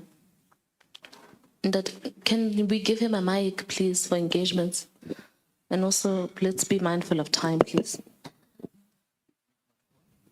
Data campus manager. What is your name, Baba? Sithembiso Colin Makhanya. Okay. Baba Makhanya, ama-res wabafundi do not have access to hot water. Amagiza wakho ngabonile awuthu phezulu. Isicapha sakhona siwile. You haven't replaced isicapha because initially the building had a wooden scapa, which was a poor idea because of the conditions of the area in terms of weather, you know. That's not a problem. It's not a problem for me right now. What I want to understand is throughout all seasons, summer, winter, autumn, and spring, students kulamares do not have hot water to shower. Yebo manzi ayaphuma empompini kodwa ayabanda njalo. Ukuflasha siyakwazi ukuflasha he. But in order for students to clean themselves, they need to boil water baze nama basin. Kusuke emakhaya kusuke ama shower ekhona. What's the reason? Well, madam, the first challenge that we had was the electricity outage, where we had no electricity, and then it was put on hold because since we don't have electricity, I was told that they just wait for us to have electricity so that the guys that will be dealing with boilers will be able to do so. When in electricity, ba? Well, last month. Last month. So you haven't had electricity for a while, that we are aware.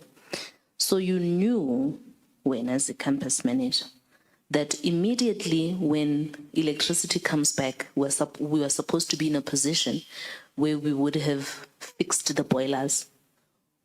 Ulinden. Madam, angilinde lutho, but the process I requested from infrastructure with to assist in tracking the guys that were going to assist us. Who's responsible for infrastructure? Ubani lo mcelile la ekhona omcelile to fast track? I was working with AT infrastructure. Acting director infrastructure. Yes. Ugephi? Acting director infrastructure usho babu campus manager ukuthi kulinde wena ukuthi amagiza asebenze. Ugephi sis? Jump this side. Come this side next to. So campus manager, you had said earlier on when we were in the, what do you call that thing? The computer lab? No, up there, workshops. You said, yes, we did not have electricity, but we had generators. So are you saying now to Honorable Khakau that the generators only worked in the workshops and not at the rest? No, sir. What are you saying? Generator was working the whole campus. But not for the geysers. Unfortunately, it was not working for the geysers. Why? What? Because you are saying to her, the reason the geysers were not, the students did not have home water is because there was no electricity. But now you are saying, even though there was no electricity, there was generator which replaced electricity. So what was the reason why the taps did not release home water? Chairperson, it's because the boilers will need maintenance. So that's the reason, it's not electricity. The problem is the maintenance of the boilers, not electricity. It's both, Chairperson, because that's where it was put on hold when our electricity was cut. The process of repairing the boilers. Let me assist you, Chair. So you would remember there was a split in the oversight. My understanding, campus manager, I boiler manzwin. But that the water does not reach the taps. So I boiler but agapum. Unless when no ma'am director can explain. Ma'am director besikcele ngoba ubaba uthe ukufixwa kwamagizi ukuthi ingane zokwazi ukuba namanzi ashisayo kulinde wena. Njani Gel? Thank you for that. Kodwa akulindile mina. Mina, we have done our part in a sense that we have made a requisition to say we need this sort of service from our service providers. However, we have not received support as both the campus and as infrastructure. We have not received the support. Ubaba uthi kunonto enjalo icela wena uyisusa uyinika bani? Okay, when him and I will talk campus and infrastructure, we will say this is what we need to Who do you ask that assistance from? And central office will make requisitions to a central office for a certain whatever service that is required. Bani central office? It's just that it's a long process. A requisition is a long process, so it'll go from from his office because this is campus budget. It'll go from his office, I suppose, to his immediate supervisor, finance, and everyone involved. But when it is campus budget, that is as far as it's go. I will initiate the process as to say this is what is required. The person who's responsible for approval for you guys to get the boilers fixed to make sure who's the last port of signature of approval?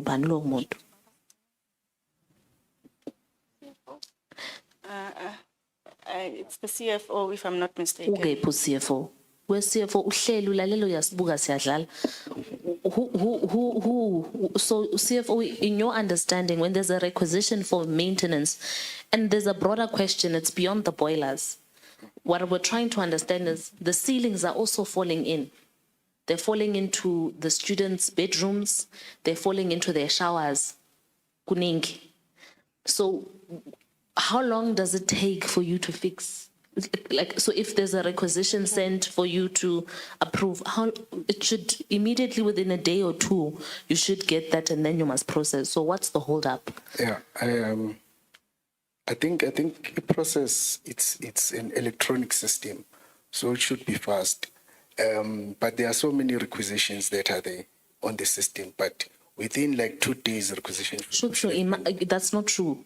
What you're telling me is not true, because if it were true, listen, that if it were true that within 2 days things are supposed to be approved and actioned, then since last month when Ugesi figure, if they are telling the truth that they have indeed reported land in time, then it means already.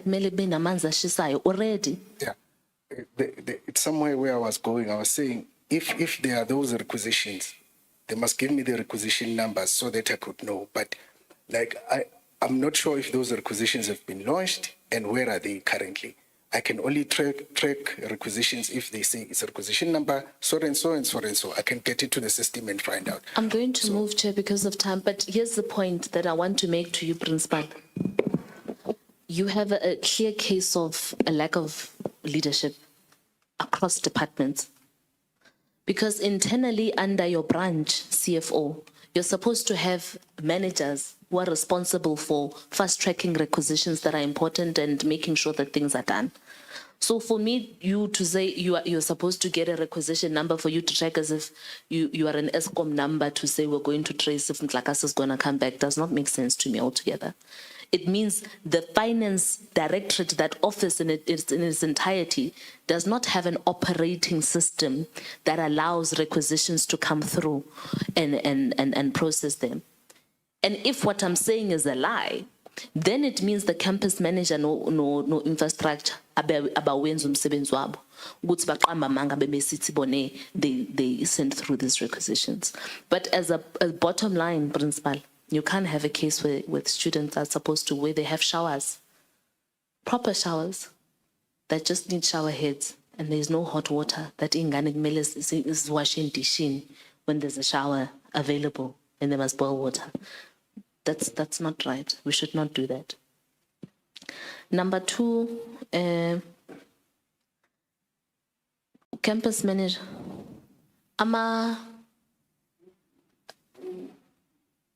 Cold rooms in the kitchen have not been working for over a year. So the cold rooms are fridges where you put food for storage. Instead, nifaka ama-wheelbarrow, ama-tools, ama-cement, nani, kuyadlalwa nje. The cold rooms are not working. You have a smaller nyana deep freeze to put food there. Khona ingane students who are complaining ukuthi since kuyavulwa le residents from 2023, some of them have been eating spoiled food, Principal. That's what students are saying. Angazi ukuthi unayo ingane bab campus manager?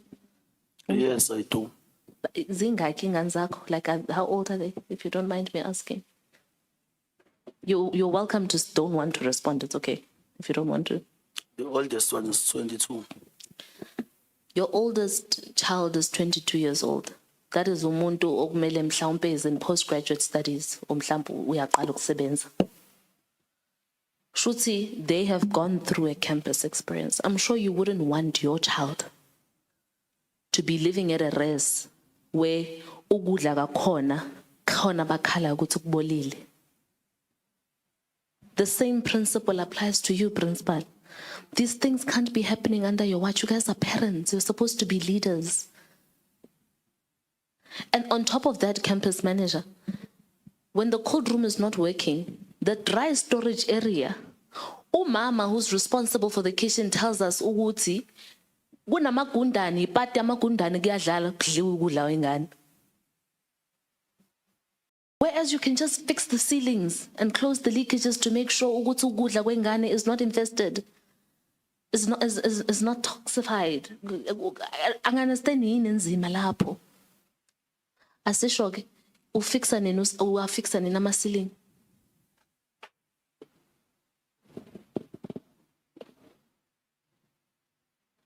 Madam, there was someone who was busy with fixing of the ceiling.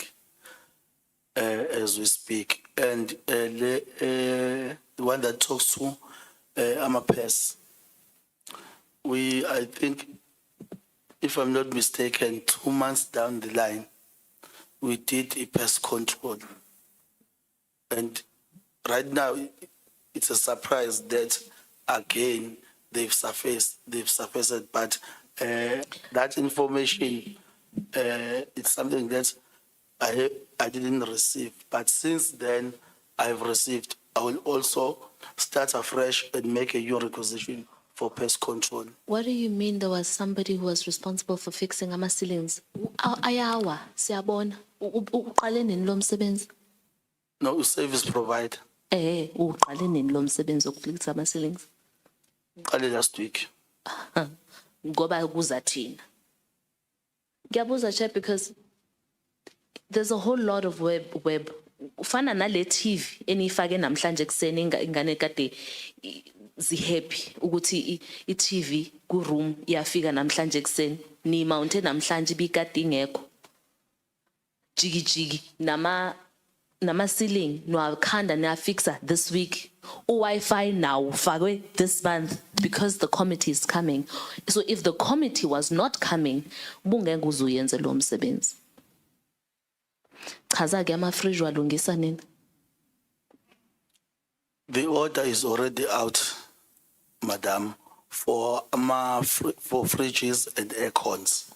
Where put the fridges, these one cold rooms are mounted to the walls. So what you need to fix the generators and the dondons les. So what do you mean you've ordered more? No, I'm saying, Madam, I've already made a requisition for it to be fixed. When did you make the requisition? It's been a while because even the service providers, they came for a site inspection. Kabil.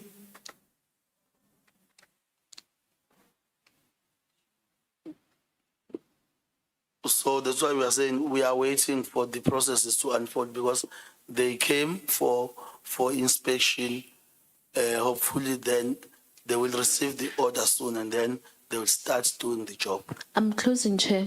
My worry is it's been a while. You don't fast track, you don't go some, you do them last week in October because the bottom line is those fridges have not been working for over a year. October, March. So more you've done it a while ago. To me, it says ingane ezinye meziphethwe yisisu uma wabo ekumele bahambise ngemoto yakhe ebusuku ziyebhedlela konyanga kuphi sigula zidla ukudla okubolile kuwena. That's not an emergency ngoba kuyona ingane yakho esalanga wena. That's not true, Madam. Ngiyayenga, Chair. Okay. Before I give you Honorable Khawa, I just want to remind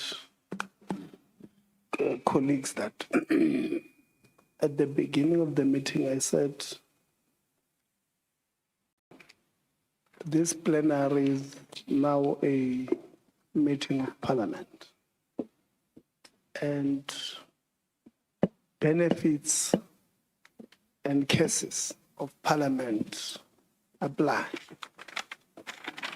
One of them is that when somebody is asking questions or answering, we don't have a commentary. We don't do those things. So we must be disciplined. So we don't do. The second one is that we don't mislead these people because you'll be regarded as lying in Parliament. And we do have Powers, Privileges and Immunities Act, Section 14, that empowers us to charge you for perjury. We don't want to do that. So don't lie. Don't lie. There are certain things that we can verify. We have made a requisition. We can verify. There's a purchase order or not, we can verify that information. So don't lie to these members. Let's accept where there's been weaknesses and let's fix. When I opened earlier on, Principal, I said, still at the residences, we do have ceilings falling apart. And if you are saying the person is fixing there, I wonder where they've started. Because I've not seen, and maybe they've started in the rooms where we did not have access. But from what we've seen there, there's not been work, there's not been any work done. So let's be honest as a response so that we don't have problems. No, thank you very much, Chair. Thanks for the opportunity, and let me also welcome the presentation that has been done. Chair, I think maybe one must start with this emphasis that was made by the SG of the SRC in terms of the role of the college. It exists to serve the people. It does not exist for any other reason. Now, when teaching and learning process has been disrupted, it means that there is no reason for us to have a Tvet college. I thought I must start with that aspect because in everything that has been presented, reality of the matter is that we can tell that the teaching and learning process has been disrupted here and there. And that's why my question will emanate from that angle. The SRC, when it was making a presentation, DDG, they've made an indication that there is no learner support material. Why is the reason? Or why do you have that situation, DG?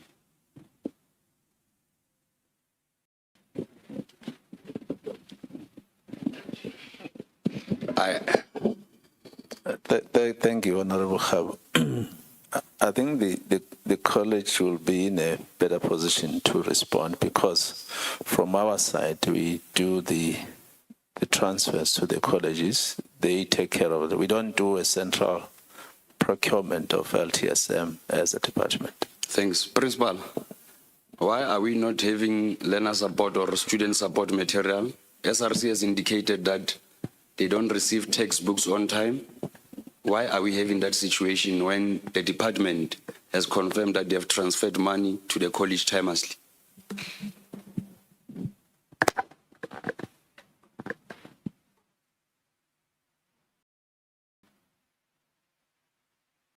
Thank you.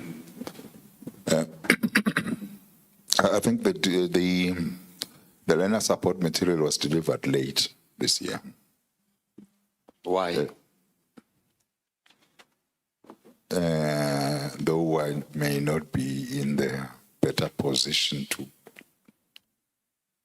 to answer because we ordered the books and then with the publishers as we agreed in our plenary meeting. And then upon delivery, there were differences. Some delivered late, some delivered early. But I think at that time, it's when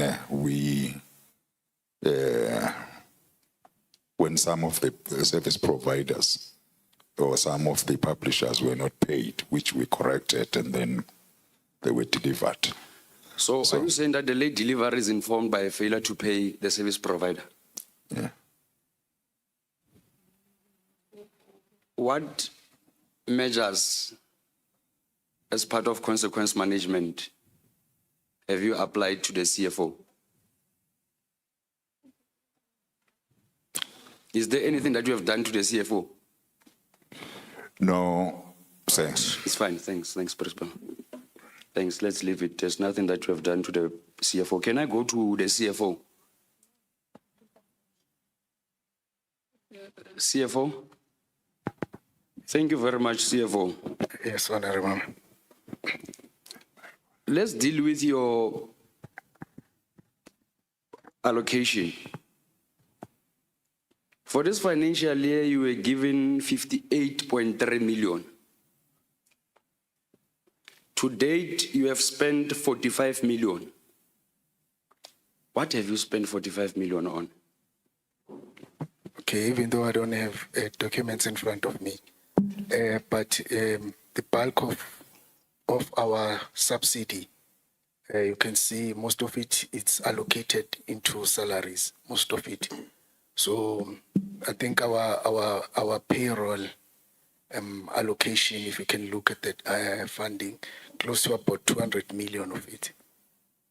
It goes to salaries for the whole budgeted period. So, but besides that, then we utilize it to procure, I think, learner material, and then we pay also service providers in connection with services that they cater, security and other services.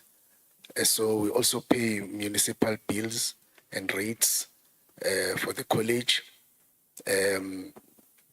We also also with other expenditure like communication cost and internet and things like that. So we spend it on that. Thanks, CFO. Can you do that in writing? Because what you are presenting to us does not hold water. Yes. What? Out of the 58.3 million that was allocated, do you have a maintenance plan and do you also have a maintenance budget? We do have a maintenance budget, and there is a maintenance plan that is also has been submitted to DHET by the infrastructure unit. How much are you setting aside for the maintenance? Maintenance unit, maintenance expenditure should be about 20% of the budget allocation. Okay. Can I take you to one slide where you are speaking of CIEG allocation, 11.2.2, CIEG spending? You had spent 45 million according to your report. You spent 4 million at Chief Albert Lutuli, 14 at Eshowe, 15 Eswatini. When you look at your description, you speak of professional agents, engineering, management services, fencing, generators, building repairs, and sewer line. Can you give us a detailed breakdown, specifically what is it that you were dealing with in a separate approach to say that in Eshowe, this is what we have spent 14 million on. Okay. At Chief Albert Lutul, this is what we have spent 4 million on. Can you prepare that for us in the meantime? Can I go to the next question? The audit outcome. 2 years in a row, you have been getting unqualified audit opinion. Yes. Do you have a post-audit action plan? Yes, we have an audit action plan.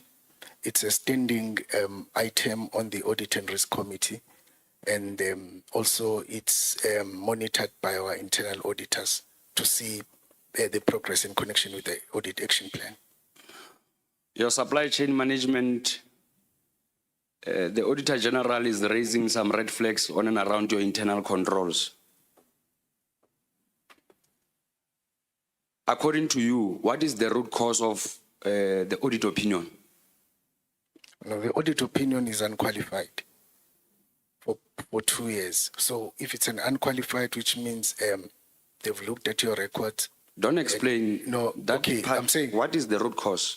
Don't explain to me what is the root cause. Unqualified. That one I understand Okay, it. the root cause, it's because we can account accordingly for all our accounting records and the internal controls, even though there are some deficiencies in the internal controls, but they are bare minimum. They are not at a high risk at that level. They are bare minimum.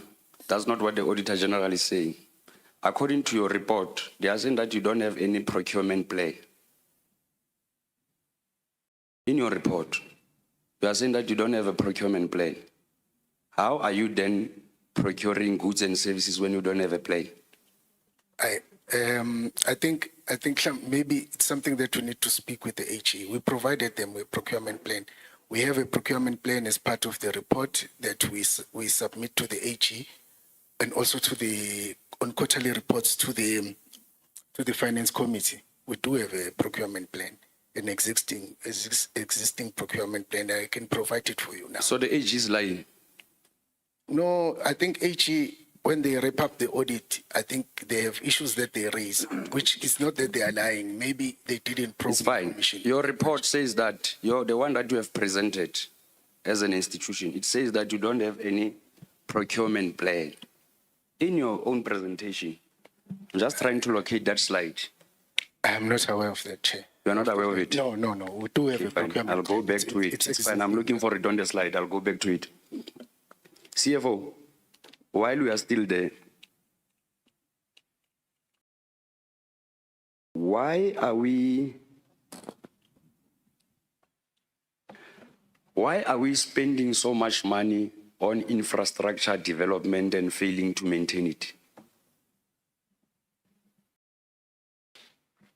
I don't understand your question. Can you rephrase it? Because if we're spending on infrastructure then it means there's so much funds that we spend on infrastructure, then it means there are infrastructures that are in place, but some of them that are not yet in place. I'm not getting you properly, Chair.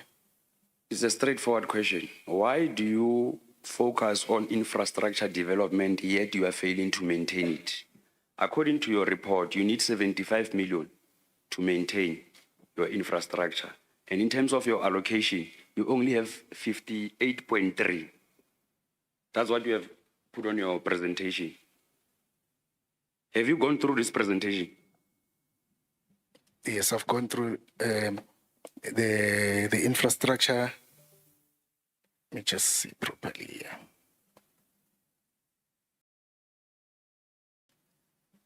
Yeah, I think in connection with the infrastructure, I think we're spending fairly properly, and the maintenance that we've done, we think they are enough according to the funding that we are getting. I think. CFO, you know you are not responding. You are not responding. In fact, you are taking us for a ride. You think we are joking, eh? And we are not joking. Please take us serious. Don't undermine us. Why are we not providing PPE on time? The PPE, I think we had issues with the PPE for students. Listen to my question. Yes. Why are we not providing PPE on time?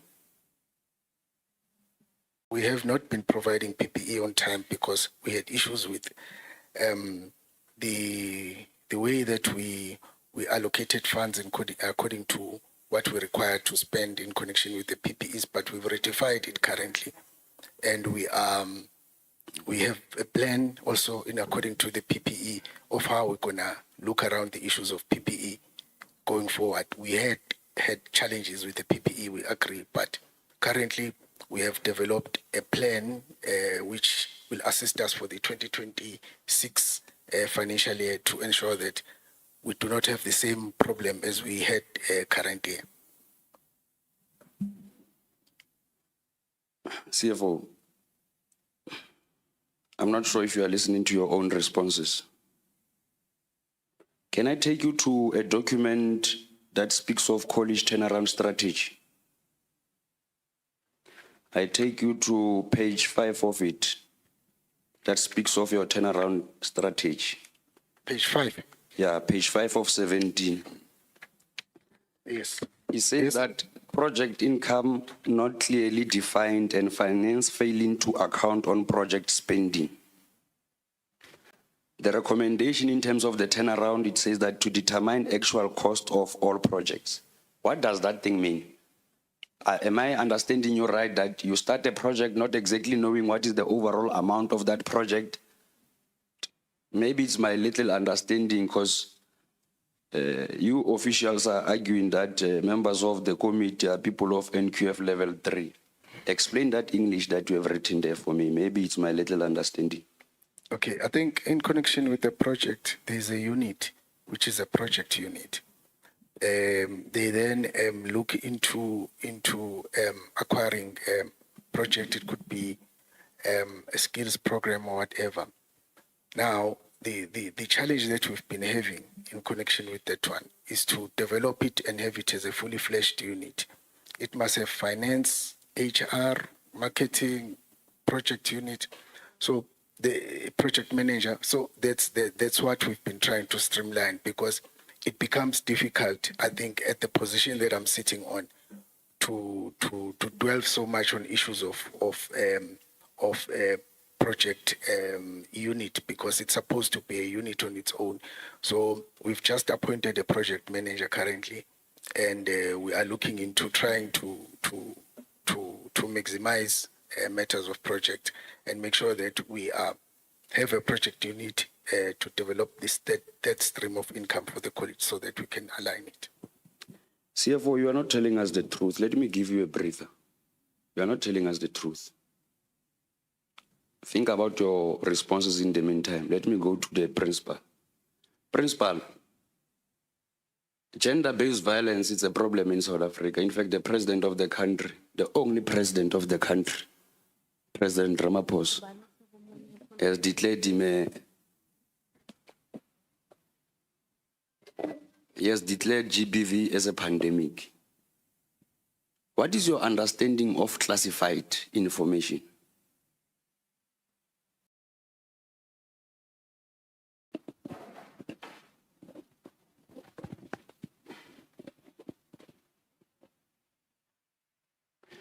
Maybe let me remind you, you have said that you don't have GBV stats because of its classified information. Maybe as a principal, explain to me what is classified. Maybe before I go there, can I correct my statement? I said they told me that this is classified because it's sensitive. And I responded also by saying to somebody who asked me that I was shocked because we need to have these stats. But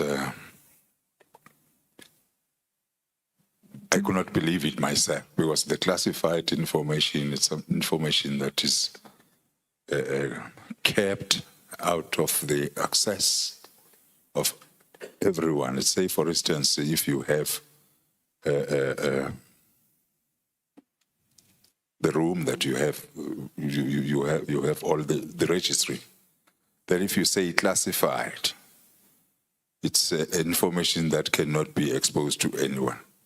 We argued a lot about this because at first I said, can you give me this? Then you rate it into this so that we can have an understanding. They agreed. Then secondly, then said, no, now it's critical. How critical is that information? Because we want to know it. It's fine, Principal. Yes. It's fine. Do you have a GBV policy? Not yet in place. We're still using the protocol. So you don't have a gender-based violence policy? We use the Tvet one. So you don't have a policy?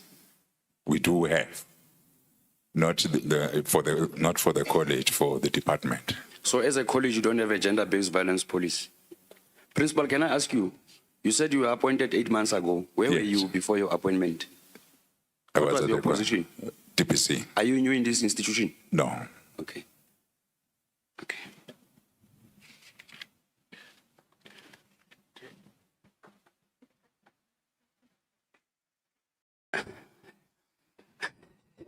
Let's go back to the issue of gender-based violence. How are you? Okay. Chair, thanks. I'm sorry to interject, but I'm a bit worried on how we've been misled with regard to the GBV and the protocols. And I'm going to remind this house. We did, through the department, they had a circular, they had a time frames about colleges to have GBV policies, not frameworks. Wait, Principal, on that it's order. Jano, Chair, can the principal be clear and honest with the question of Honorable Cabo, because the college one should be the one having the stats on GBV and guided by the policy and have a committee that deals, because GBV happens in their own campus. What does it have to do with high health? Because their management should know what are the issues. He must be honest on how they're dealing with GBV, because this matter is very sensitive. Yeah. No, thank you. Thank you. I'm saying we don't have the policy now, which has been approved. So if the policy has not yet been approved, I can't say we have. Because the Triple S is finalizing that. We do have, like for instance, if we get reports that something has happened in this campus, in this campus, in this campus, we do have that. So I wanted from Higher Health, as they are stationed in our campuses, to give me a proper consolidated stats. So what I said, what worried me is that they promised at the beginning. And then I said, please, when you bring that, rate it into 1, 2, 3, and 4, so that we can be able to see which one is high, which one is low. The rating, we agreed. Thereafter, when I did a follow-up, the lady started by saying, no, I've spoken to my supervisors. They said it's critical. Then I said, no, I can't accept that you say that is critical because it happens in our college. Bring that. Then I was promised that the summary will be sent to me at 7 o'clock yesterday, Chairperson, which thank I you. did not even get. Thanks, Whip. Yes. Thanks, Principal. Chair, I think my Thank time is over. And as I conclude, I think we've got a problem here. And the problem is the issue of leadership, like we have identified that crisis. And I don't think DDG, we are doing justice in terms of responding to issues that has been raised previously. I can tell you now for free, the management that we are having is not fit for purpose, in line with their responses. I don't think even the principal himself is convinced of the responses that he's providing. In fact, what we are hearing here is an embarrassment of the highest order. And would like the principal to provide that with that thing in writing, whereby he indicates that Higher Health has told him that they cannot provide information because of it's classified. Because from where I'm sitting, that's utter nonsense. Does not make sense to me. And for obvious reasons, the impression that has been created out there in the society is that politicians are the ones who are mismanaging the funds. When in actual fact, the people that we are sitting in this room are the ones who are creating a problem for us. The CFO is here, has spent 45 million, but he cannot account for that 45 million as to specifically what is it that he has done. And with that being said, DDG, I can tell you for free that you are handing over the country to the opposition deliberately. But we'll have to attend to that issue at some point. Thank you very much.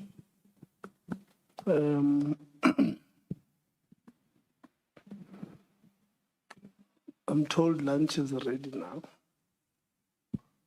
I'm on your website, dear Principal. I want to check why don't we have the annual report? Labor. Don't disturb our meeting. Don't disturb our meeting. Why don't we have the annual report here on the website? Where do we get an annual report of the institution? It's not there, it's not, because it should be a public document. Once it's signed off by the institution, the chair of council, the principal, and the AG, it should be public. Why I'm asking this? I think Honorable Khalbu, there was a question of where he raised the point and the CFO says no. That's not true. That's the information that should be on the annual report. And if it's signed off, then you can't come out, CFO, and say, I don't agree with something that you have signed it off with the leadership of the institution. So if you can just give me a link where I'll be able to get the annual report during, I'll search it. I'm not going to eat because I ate earlier on. If you can just give us a link, I'll go through the annual report in the meantime. So that we are able to deal with this issue that the AG on what Honorable Khabo was going through raises one issue, and the CFO says, no, that's not true. The procurement plan raises that there's a lack of procurement plan, and the CFO says that's not true. So if you can give me the annual report link, I'll go through it now during that. So we're going to take lunch. It's 10 to 3. Should be back at 3:30. And then we have 4 members to ask questions. Hopefully, we'll be done by 4:30. So between then and now, or between now and then, it's you colleagues. So let's go have grab lunch quickly, and let's start. We're starting exactly at 3:30 with Honorable Mr. Thank you very much.